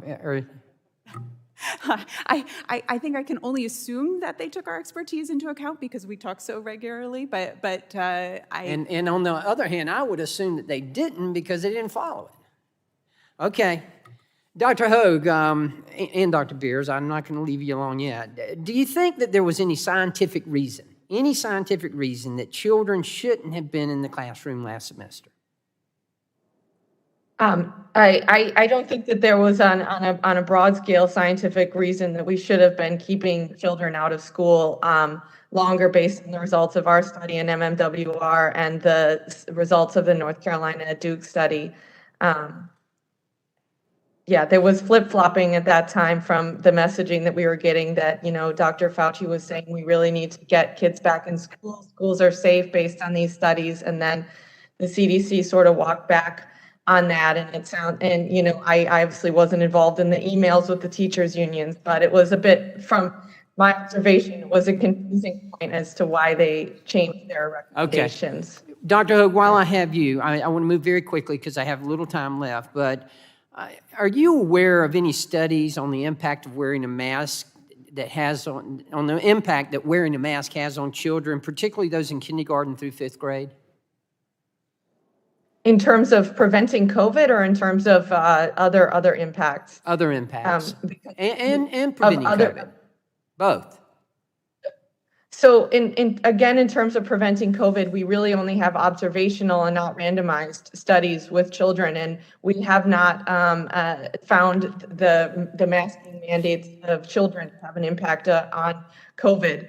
And then in terms of the negative impacts of masking, we need better studies on that. But again, Scandinavia has not masked under the age of 12 because they need proof that it works, and we've taken the opposite approach, saying, the precautionary that we will mask them until we find evidence that we don't need it. So, but you do agree that there are some other side effects that could have happened because of mask mandates on children. Gentleman's time has expired.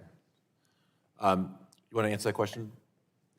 Thank you. Yeah. So very quickly. So obviously, there's a reason we don't all wear masks all day, every day. So one can, there's the benefit of seeing people smile and being comfortable without a mask on. I mean, those I think are pretty obvious. In terms of serious side effects, I think we would need more research before we said yes or no. Okay. Thank you, Dr. Hogue, Dr. Beers, and thank you, Mr. Chairman, for your indulgence. Thank you very much. We now the chair now recognizes Mr. McNerney for the purpose of asking questions for 5 minutes. Well, I thank the chair and I thank the panel for this discussion this morning. Dr. Beers, we heard this morning that children are 20 times more likely to get infected outside of school than in school. Is this a widely accepted statistic? Yeah, I mean, I think that was one study, but yes, I do believe or I do think, and I agree that children are more likely to get infected with COVID in community-based settings. All right, thank you. Throughout this pandemic, we've championed healthcare providers on front lines as we entered a new phase of the pandemic and face another surge due to the Delta variant. It has become even clearer that those who care for our children play a crucial role in this fight. Dr. Rush, as president of the Children's Hospital in Tennessee, you have an important on-the-ground view of how this latest surge is affecting children, their caregivers, and healthcare providers. Your testimony notes that in recent weeks, the number of children hospitalized for COVID-19 has tripled in children's hospitals. Can you give us a sense of what children's hospitals like yours across the country are experiencing now that we have a sudden increase in demand, and what are the trends as well as for beds and staffing? Thank you. Thank you for that question. So throughout the first 3 surges, most children's hospitals set up COVID units, anticipating that we would also have higher numbers of hospitalized children within our environment. We have sustained a COVID unit dedicated in our hospital for children, and I would say for most of the time we have averaged a daily census of 2 to 4 patients. That went up in the 3rd surge that began in November and really ended in January. With children, as I think we've talked about a little bit today, there are 2 waves to hospital admissions. The first may be with the acute illness. The majority of children, but not all, that are hospitalized may have an underlying condition. Diabetes, obesity, cancer, congenital heart disease. But they also, the healthier children, may have a second wave where they become ill with the multi-inflammatory syndrome in children. And those children absolutely require hospitalization.